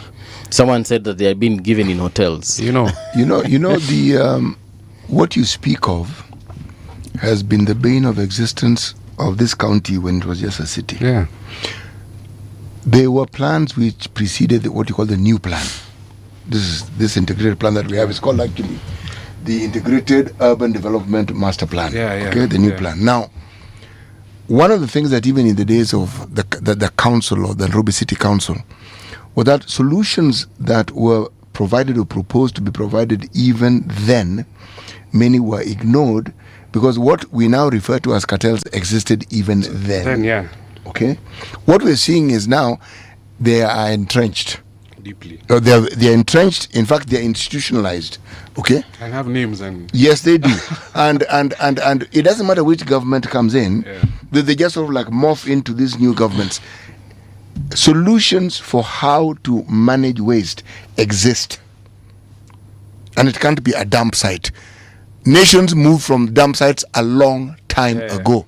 This very thing that we are calling waste, there's recycling, there's using it as for energy. Yeah, they call waste to energy. Exactly. There are very many ways in which waste can be managed.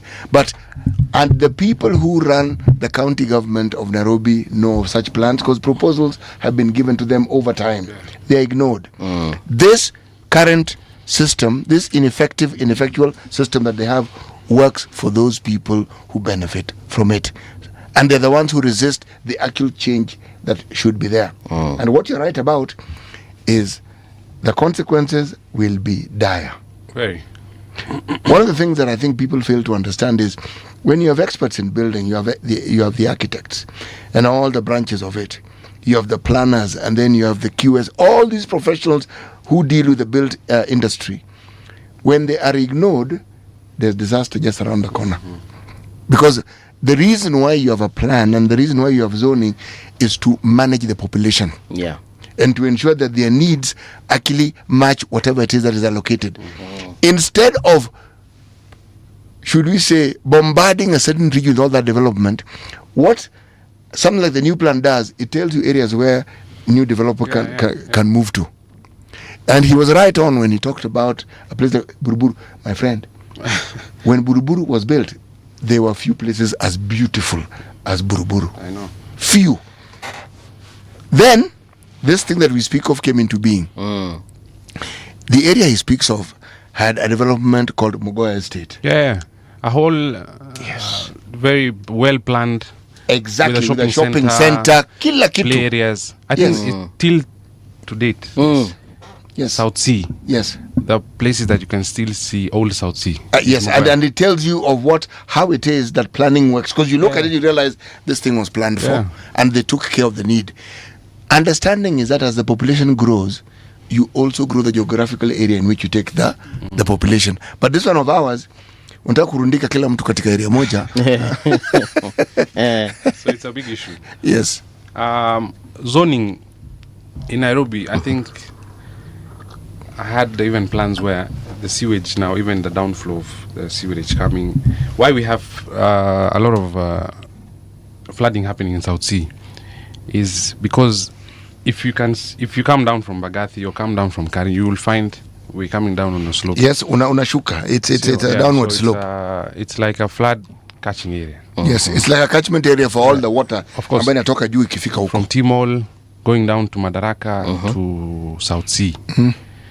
Those issues flooding has been there in South Sea since all those years. Even El Nino, when in 97, around 98, we had a very big problem there. So before you even touch on approvals, I think the best thing was they would go and see where now to take the water is coming from Gong Hills, the water that is coming from this side of the high areas of Nairobi. How do you plan on what is called renovating the infrastructure that is there? That wasn't planned of in Nairobi County. Secondly, the roads. They're small feeder roads that were designed for residential. Now South Sea has become mixed commercial and residential areas. We have 4 major hospitals, or 3 very big hospitals coming up, Yeah. Are you talking about the ones already existing? Yes, but they grow every day. They buy this house. Kuna moja hapa ingine iko hapa. Yeah, and they're growing because when they start with one house, now they have maybe 5 or 6 houses in that area conjoined to become one hospital. Okay. Where's the parking for those hospitals? Hamna. There's no infrastructure. I haven't seen any walk path being designed in South Sea ever with 70 or 80 high-rise apartments coming up. You see? You've raised a very pertinent issue of parking. Does it not surprise you that people are always parking on the road? Do you know, actually it has just hit me, Yes.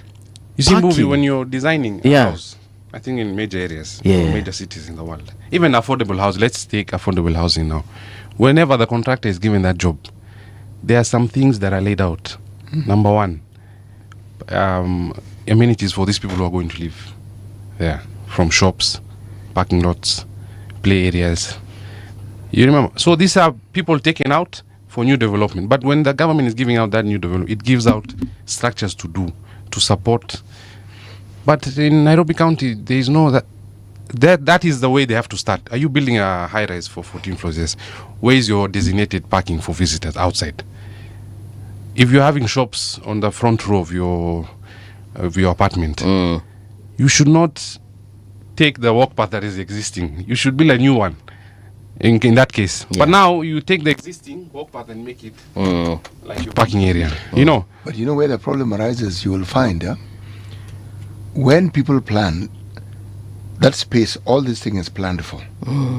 When you have a road, whether it is a road that passes within an estate, whether it's a major trunk road, whether it is an urban rural road, you always envision development, and you always envision a population rise. It's always planned for, and you plan for expanding the road because there'll be more traffic.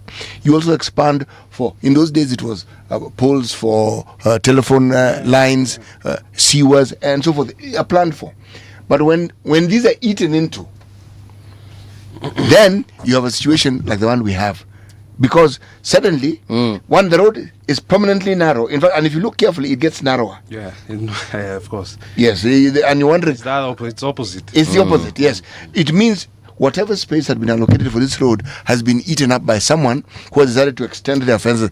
By the way, this is something you see throughout the city. Yeah. Driving through the leafy suburbs, where people have not encroached on the road reserve, you're actually shocked at how much land there is on the outside of the road. Beautiful. And it makes it even beautiful, you know. Yes, it does. Because that's where you should put your landscaping. Yes, that's where now the walk. You know, walk paths play a big role in urban planning. Yes, yes, they do. And it's ignored in all other, even in Kilimani now. I think if you go to this other road now in Kindaruma, you'll find people walking on the road because there is no walk path existing at all. And you know how dangerous that is? People keep on dying, Bana, because of these mistakes. It is deadly. So it's an eyesore, if you just see there is no plan. So I think Nairobi is a governance issue, number one. But let me ask you something.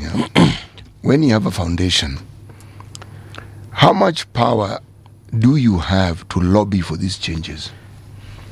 Because if you're a foundation, it means you're a community. You have the community, yes. Yes. We're trying to still expand on what powers we could get as a foundation for now. What we're trying to focus now is first, what can we do individually and as a community? Then, because now what we're trying to do is bring the community together so that we could lobby for things that are our right, number one. So what the foundation has done is first to bring the business community that is around South Sea. So we've tried to set up a business community association. I think this is it's called the Nairobi. They gave me a book as well. It's called the Nairobi South Business Community Association. Because city just lobbying, maybe if we do mandamano, they will listen to us. But just lobbying by paper, and they've done so much. The Residents Association have done 70 something letters to the county to stop. Oh no! And nothing has ever happened. You know? No. That's a foundation. Yeah. It is very good that you have evidence of what you have done in terms of communicating. So someone cannot say we were not told. We were told. You see, lobbying has very many layers. Yes. Okay? When you are a taxpayer, let me take you to a unit that has existed for some time. It's called the Karangata. Okay? Yeah. I've heard of it. Yes. The Residents Association, isn't it? Karen Langata. They call Karangata, yes. Now, those fellows, I remember the issue came to the fore during the time when Evans Kedero was the governor of Nairobi, and there was the issue of land rate. They flatly refused to pay. Flatly. And they asked a pertinent question: what services are we being given? What services does the county provide us with? We understand the payment, but it is for a reason, isn't it? So what are we receiving? The matter went to court. Okay? It is good that it went to court, because when it goes to court now, the issues will come out and it will be in the public domain. And when there's a finding, whether you agree with it or not, or whether you then go and appeal, but the issues are being discussed legally, and the legal tenets that support the position are brought to the public domain. See, one of the things that the current constitution we have does for us, it enables us to do very many things that people don't understand. What you have in the constitution is something that you cannot play or move around with. People who go against it, that's what they're trying to do. They're trying to bypass it. They're trying to do things which are not in there. And if you ignore those statutes, then you are failing yourself, because the ammunition to deal with such issues is provided for you. When you have written 70 letters and there's been no response, that's the time you take these matters to court. Because then it is in the public domain and the issues will have to be discussed. If not, they have to be negotiated so that you arrive at an understanding that you agree with. Yes. So, I've never actually seen Kanjo in Karen. What would they do? I think they come, but they... No. Remember, they are public. Karen is not a private entity. I know. And the roads are not public. Yes. Right? Yes. So the moment it is public and you're within the jurisdiction of what you call the county, there are certain responsibilities the county has. Yes. Now, if they're not providing it and they expect you to pay taxes, or you'll tell them point blank, no, we're not paying you. Because to be honest, I mean, there is the kawaida business permits where you have to, pay the county because you're conducting business within the county. But beyond that, those guys loan their own months, they clean their own roads, Paul, they cut their own grass. Have you seen all these little businesses on the side of the road? They have temporary occupational licenses. Yes. Yeah, the TOL. Yeah. Yes, because that is government land or county land, whatever you want to call it. They pay to be there. So there's that understanding. But with the TOL, you can be given 24 hours to vacate. It's not a big, They have certain rules like temporary structures. Yes, exactly. Now, we understand all those things. Where we go wrong is somebody then comes and puts up a permanent structure and nothing happens. So somebody else figures, it's gone. Oh, it's gone. Okay. So maybe I can put on mine. Now, what we're dealing with here is not an absence of statute or an absence of a legal structure within which you can function. No. What we are looking at and discussing is the proliferation of impunity. Yeah. Where people are abusing the powers they have been given. We have given them on our behalf to manage for us. Right. They are mismanaging the powers that we have given them. That's what we're seeing here. When you find someone doing something or allowing certain things that shouldn't happen, yes, impunity taking root, but they are abusing the powers that we have delegated to them. Now, the question is, how do you deal with such? Because as we see Nairobi, it's something that is constantly being proliferated. Up until the time we saw houses being demolished on road reserves, people had thought it wouldn't happen, isn't it? It happened, didn't it? Yeah. And it's happening even now. Yes, it is. Now that the collaboration between the national government and county and the flooding that happened, that exposed a lot. Oh, yes, it did. Both ways to the national government, because WRA, I think the Water Resource Authority, yes, has a big mandate as well. That you see now, riparian land, a lot falls under the county, and it falls under the national government, because lives are not. It doesn't matter in your national government or county. When lives are lost, a life is a life. Is a Kenyan life now. Yes. So when now they've seen reactionals going on, and Westlands near Westgate being demolished. The other day when they were in Kikomba, in even near T-Mall. I think it's a good step. The 30 meters up from the riparian land is a good step, but should it happen now? These are reactionals. These are things that happen because an incident happened. Are we ready for the next rain? That is the main question. Sakaja and the team should ask themselves. Yeah, I think go back to first principles. First of all, because in Timor, Sakaja was a mistake. No, I do not mean this in any dismissive way. Yeah. A county like Nairobi and the managing of it is a very, very serious undertaking. If I look at what it is that Sakaja has provided in terms of leadership for the county, it is very difficult to identify it. One by one, yeah. It's very, very difficult to identify. So when I say it is a mistake, it is the other thing that man may have been capable of doing. When he was senator, he was a wonderful senator. One heard of him, the things he brought out. Governor, totally different kettle of I don't know what happens when you get that seat of governor of Nairobi. I think people are very hopeful when they're coming to that seat. Once they get the seat, I don't know what happens in City Hall. But it isn't that. Because Sakaja had all this written out and planned out, as is in manifesto, He knew what Nairobians are facing. He knew what problems each estate, because he came to South Sea as a senator, he's had talks with the resident association. By the way, we have a very strong resident association called South Sea Resident Association, SUCRA, which is the only as association in South Sea registered under. They gave him the problem they had. So the day when the building collapsed, I was expecting Sakaja to now come up with a plan, come up with this is our problem. Now, first of all, take responsibility and identify where the problems came from. Yes. But that wasn't the case. They came, assessed the area. You see, now it's just a multi-agency going on with the rescue and all that. The day the rescue mission ended was the last day we saw any government agency on the ground. You see. And they've not come back. Never. No one has come back. The roads are still, if you pass on that exact spot, you still find debris. I think maybe the flooding that happened that juice in is sufficient. But for a while, maybe 2 months, 3 months, the debris was still there, you know. And this is a building that came down and from killed people. 12, almost 14 floors, you know. It's not something to be just brushed. It's not small, you know. No. Even to cordon the area and see what was the main issue, they just found the bodies.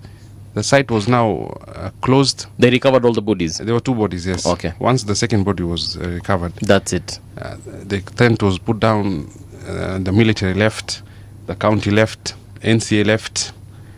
So us as residents were I had to do a cleanup on the shopping center with our team.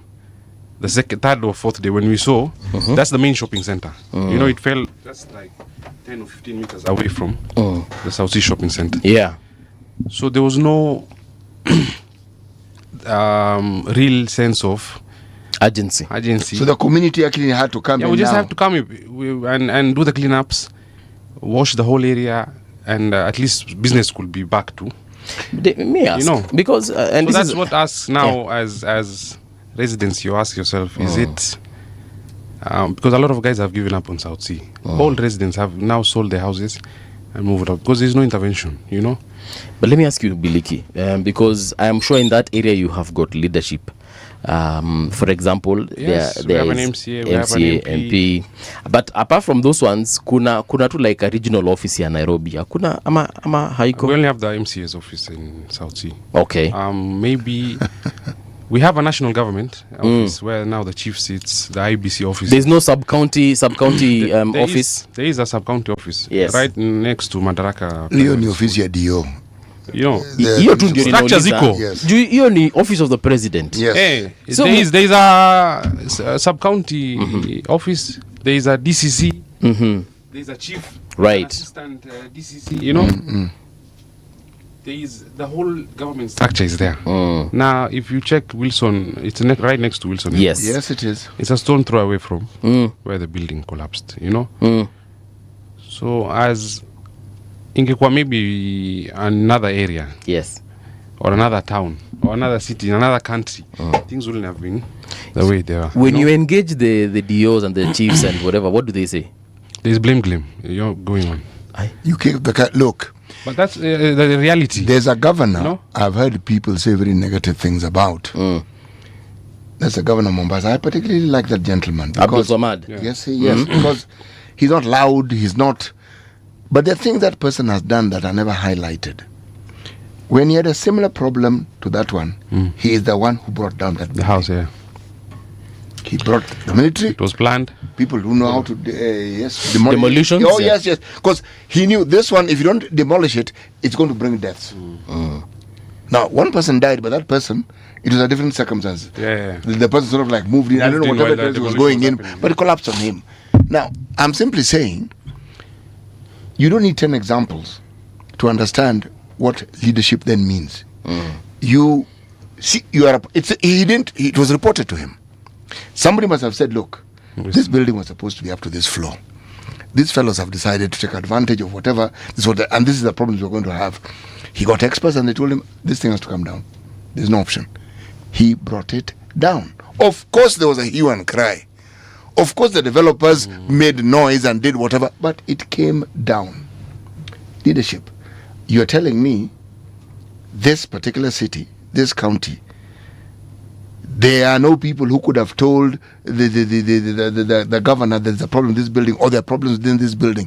When you talk about people who are experts in the built economy, they will tell you very many more buildings are going to come down on their own, which means they know. I think there's a survey, they said maybe 40% of cities buildings in Nairobi are safe. So there was a real audit to be done with actions. I think Nairobi would face now you see now when you look at that, and we're choosing one example. When I say it was a mistake, it is with that particular issue and others that I look at and I say, leadership needs to be demonstrated. It's not a theory where so long as you are elected you automatically become a leader. No, you are an elected official. Leader is when you see how you are guiding processes within that entity that you're supposed to oversight. And if it is absent, we don't see it, then you question why it is you even have a person who has that title in that place, because you are supposed to represent our interests. Yes. So then what will it take, Biliki? As now to reverse what has happened? To restore Nairobi. To restore Nairobi, I think, number one, it needs a serious person up there for number one. Secondly, there's a lot to be followed. And if it's the plans are followed to the letter, I think Nairobi will come back. Because now, if you're told you can't build beacon to beacon, okay? Number one, you have to bring that down. If it was followed the way the law says, Secondly, the zoning to be adhered to. If this is zone 1, if it's an industrial area, there's a set, maybe for like zone 9 or zone 8, there are 35 developments to happen in an hectare. Yeah. I think it's just governance issue, number one. Secondly, public participation is not serious in Nairobi at all. There is nothing called public participation that happens. Maybe in Karen, in associations where guys are strong, Karengata. Yeah, maybe. Well, no, I'm serious, because you cannot do a development easily in places like Gigiri. Why? Because the rules are followed to the letter. Yes. But if you come up and put, I'm building this house you put up a what is it called? The placard that you put outside the house, it should run for at least 30 days. But this is done, taking a picture, put in the file that public participation was done. They put up the plaques that are saying this is residential coming up. If you have any issues, write to the Nairobi County, say, me staki hina hina. I think public participation is very key in urban development. Very, very key. Because if city lives right next to where you're trying to build, and movie lives on this side, and I'm trying to build a 14-story building, and in that area it says zoning shouldn't pass a certain. Maybe that's about 4-story. You have a right to stop it. Same way city has to write to the county and say stop it. But if it's not followed, what will I do next? I'll build. I'll have a problem with you while I'm building. But once the building goes up, even if the council wants to bring it down, they'll have to compensate the developer, because they're the ones who give out the approvals. The developer will tell you, I have no issue. I was given the approval by the county. If even legally they were to bring him the building down, they have to pay him. Because he'll go to court and say, they approved. This is the processes put by law. This is what I have followed. There is no way I'm a Nimeruka step 1, I went to step 2 without doing step 1. They did. The planning committee sits on every Thursday. It involves architects, it has planning people, surveyors, QSs.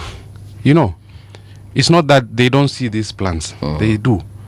But when they give out objections, I think inside the Nairobi County, there is too much road work going on. Not in a bad way, but it is not the right way to go. Because last 3 years, South Sea, what I can speak for is for South Sea, because that is what I have been seeing coming up. I think we've had so much development since 2022 that we haven't had in the last 10 years. There is an area right behind now Mogoya, if you remember Mogoya, there's a big mosque. There's a big mosque. Behind the mosque, there's an estate called KME. KME, that's Kenya Medical Association. Kenya Medical Association is one of the oldest Yes, it is. estates in South Developments Sea. there, yes. You know, it used to be called Panadol. It was changed to Panadol. Yeah, it used to be. You know, so it's an area that is been there for 30, 40 years. Yes. So there's a chunk of land that was on the side. Yeah. That was, I think, Ministry owned. I don't remember where. So some developers got it. I think it's 700 meters. No, it's not that big. Okay. But I counted 16 apartments coming up. They'll use these are 16, not houses. Apartments. Apartments, meaning 16 times 14 times 4 times the number of people are going to live there. So give or take another 7,000. That is not. It's still under construction. There is only one entrance, which is the mosque entrance to go to that.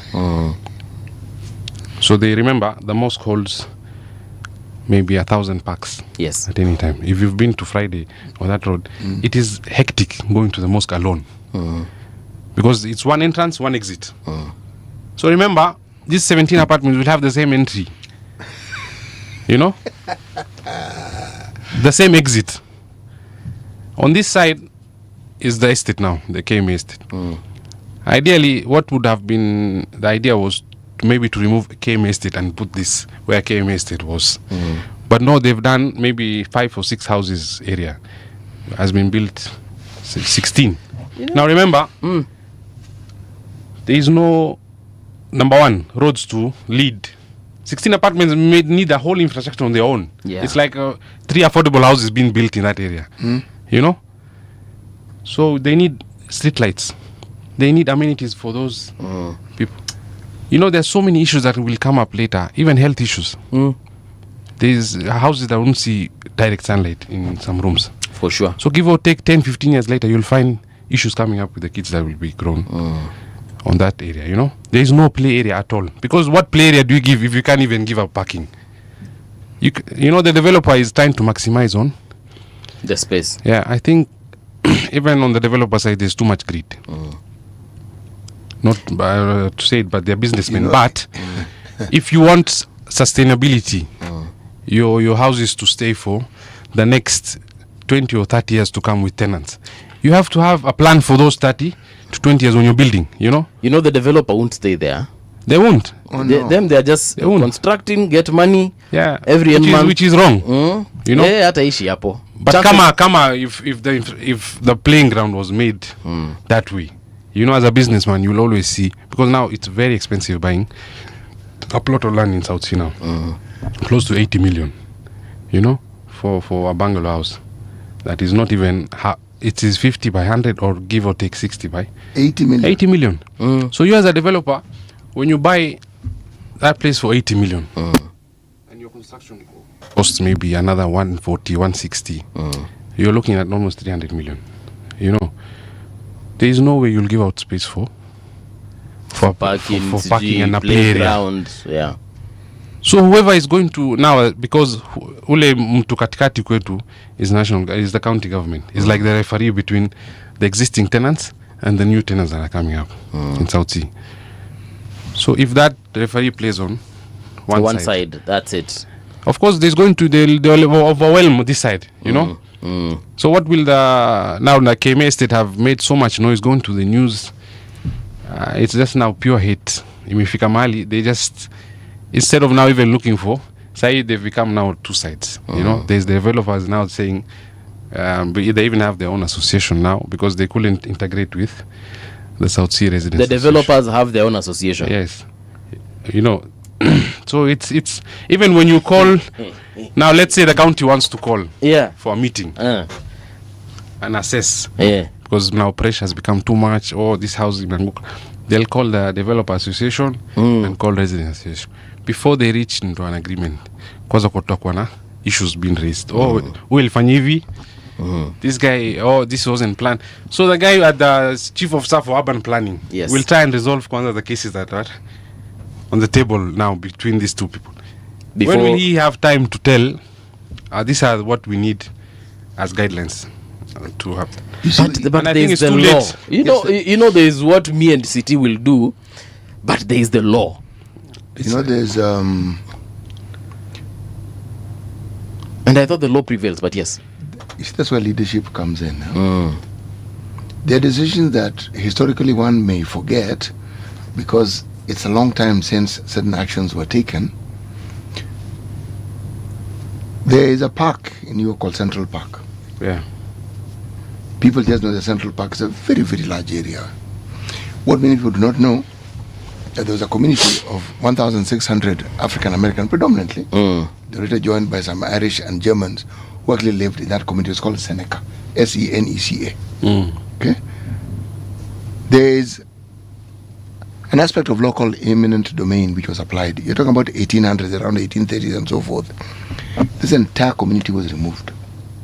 It was one of the most prosperous African American communities in the US at that point in time, to give room for this. Now, people yes, people say, but why here, where these people already live? There are other areas you could have chosen, which had even more space. Okay? The arguments went back and forth. Some says there are people who are predominantly Caucasian who did not want to see a prosperous African American community and so forth. That the park was necessary is not in question. As New York was expanding, that there was need for an open space where people can go to was not in question. We have had spaces, and most of our spaces fell under the category of what was government land.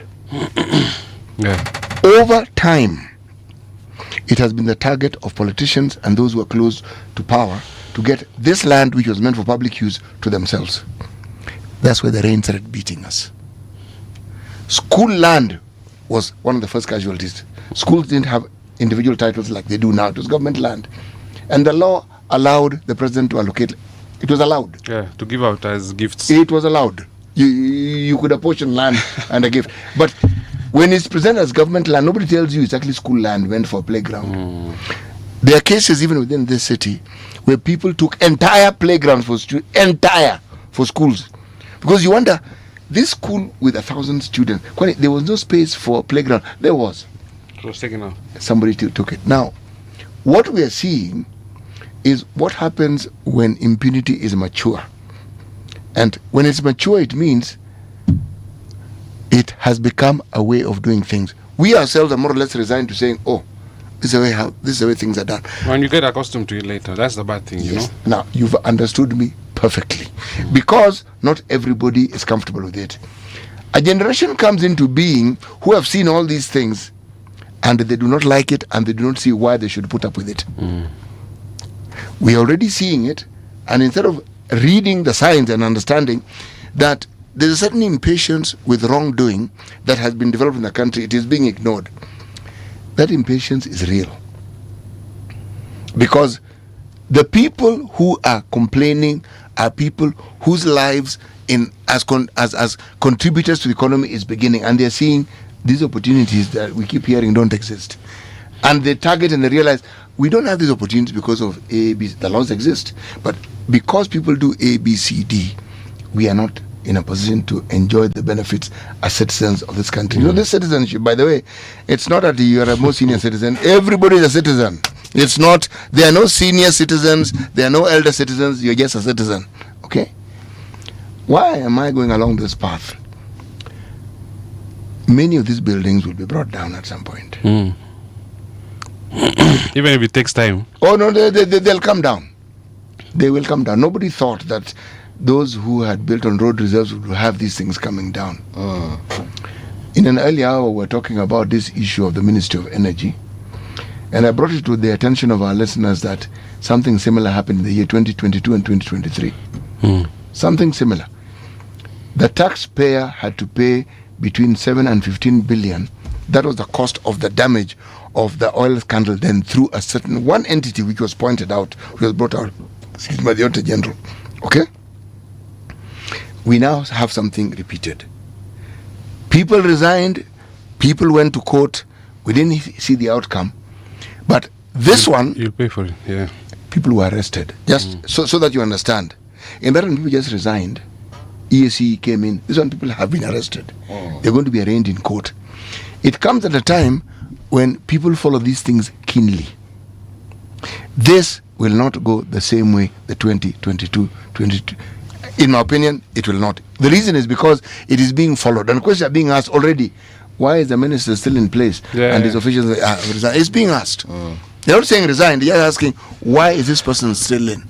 Let me just read some comments here by some of our listeners. Rogers amesema, this is Rogers Ondu. It is incomprehensible that when resourceful persons show intention of recycling the waste, they are asked for bribes beforehand. Eric War says, we are people of moral decrepitude. Give us power and you shall see the decay exacerbate. Majok anasema, we shouldn't blame governors for the mess in Nairobi. The manner we structured Nairobi to be governed in our constitution is the problem. Nairobi should not be governed like any other county. To restore Nairobi, according to Eric, to restore Nairobi, the capital ought to be taken somewhere else. Okay. Evans Onyango anasema Sakaja was talking about barrows and capacity of Ndakaini Dam in line with his strategy on water and sanitation in the capital. Not sure where he threw the document. Movie Planet City, you talk about devolution and its impact or lack of. City should be the guest. Perhaps. But Biliki, as you said, and this is something I want to ask, because you said that there's a association called Sukra, you called it? Sukra. Yeah, Sukra near you, South Sea. Yeah. I am sure you guys know the one for Nairobi West, and you know the one for South Bay, and you probably know many others. How about, and this is just a suggestion, how about you people actually vet leaders that you know you are going to support in subsequent elections, that you know will deliver for you, so that we can get away from dealing with individuals who perhaps just kick the problem down the can down the road.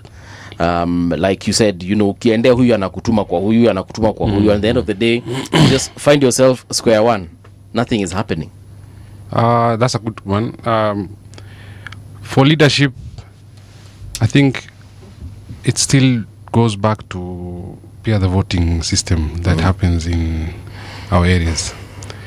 So ideally, in South Sea, a lot of people might think it's 90% residents who live there that vote. That's not the case. Yeah. I think going back to when people were doing registration, some 3-4 election cycles. Yeah. There are voters that are brought from outside, number one.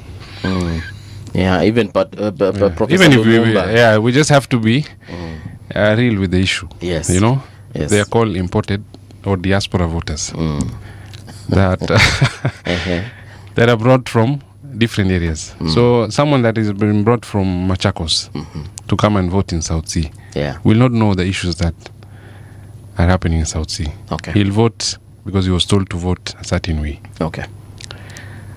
In South Sea, the residents, some might be serious about the issues that are happening and come up and vote for like-minded leaders that they have.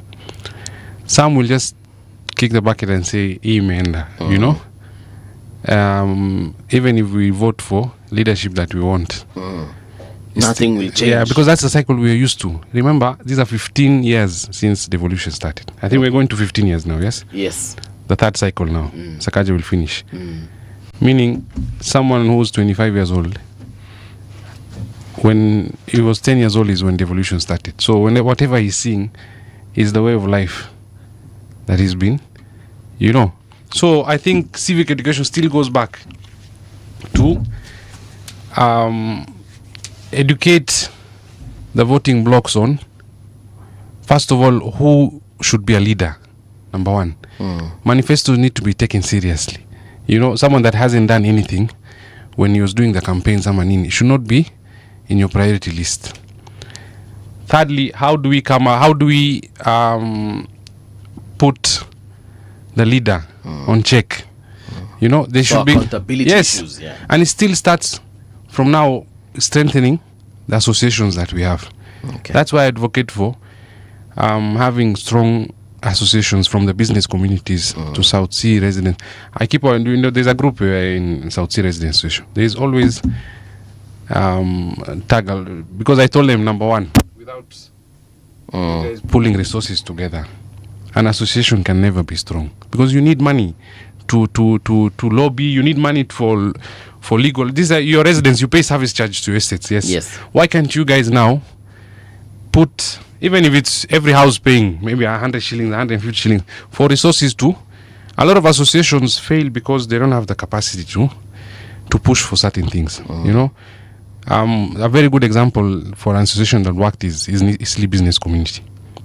What they did is they didn't factor residents much. They did on the business side because that's where now they could get revenue. Yes, and a lot of people who pay taxes to the government are from the business community. So they sat down and said, if we don't have roads, all these malls you guys are building will be of no use. If we don't have a security, they had a sit down with the county. That time I think NMS was in place. Okay. And they had a plan. They went to Kura. They sat down and had a plan with them. They sat down with KRA and said, we're not going to pay taxes if this and this and this are not enforced. You know, if you've been to South Eastleigh now, there's a very big difference between the last 15 years Eastleigh and now. High-rise buildings are coming in a very high rate than even South Sea. But I think there's more of an order in how they're doing in Eastleigh, because there's roads, there's a bit of sanity on the main roads now in South Sea, leading to, if you want to go to business BBS Mall now, if you see the whole infrastructure outside is well built, because that guy was looking at the sustainability for this mall. Coming kwa mall ni kubwa, and the mtaro right outside the mall is just sewage prone. You know, no one will come, but he made sure they put a lot of effort in organizing the infrastructure. Even the traffic flow is well planned. I think that is the main thing we should start with before we even go to governance issues in county. Okay, we need to sit down with the associations and tell them, strengthen your capacity first. All right. So that kesho you have a business. If public participation was not done and an apartment is coming up, and you just keep quiet because the letter wasn't replied to, then you're part of the problem. You know.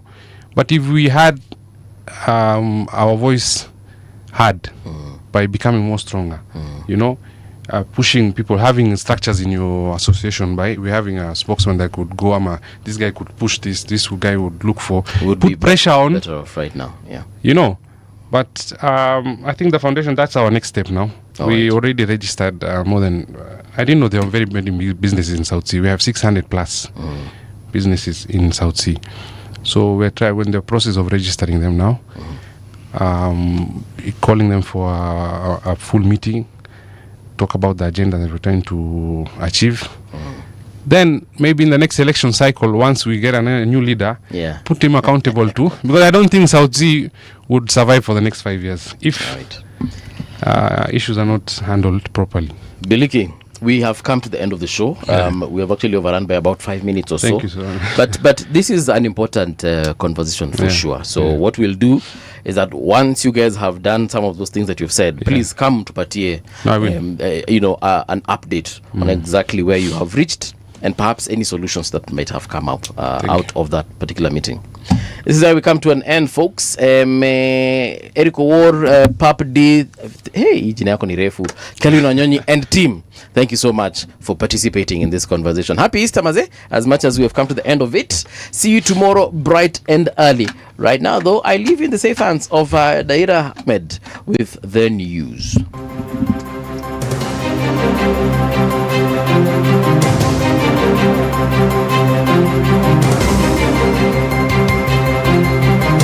This is the Radio Generation News. Good morning, I am Dahira Ahmed. Homa Bay County Woman Representative Joyce Osogo is calling for action against rising political intolerance in the country. She has urged the Independent Electoral and Boundaries Commission to act against leaders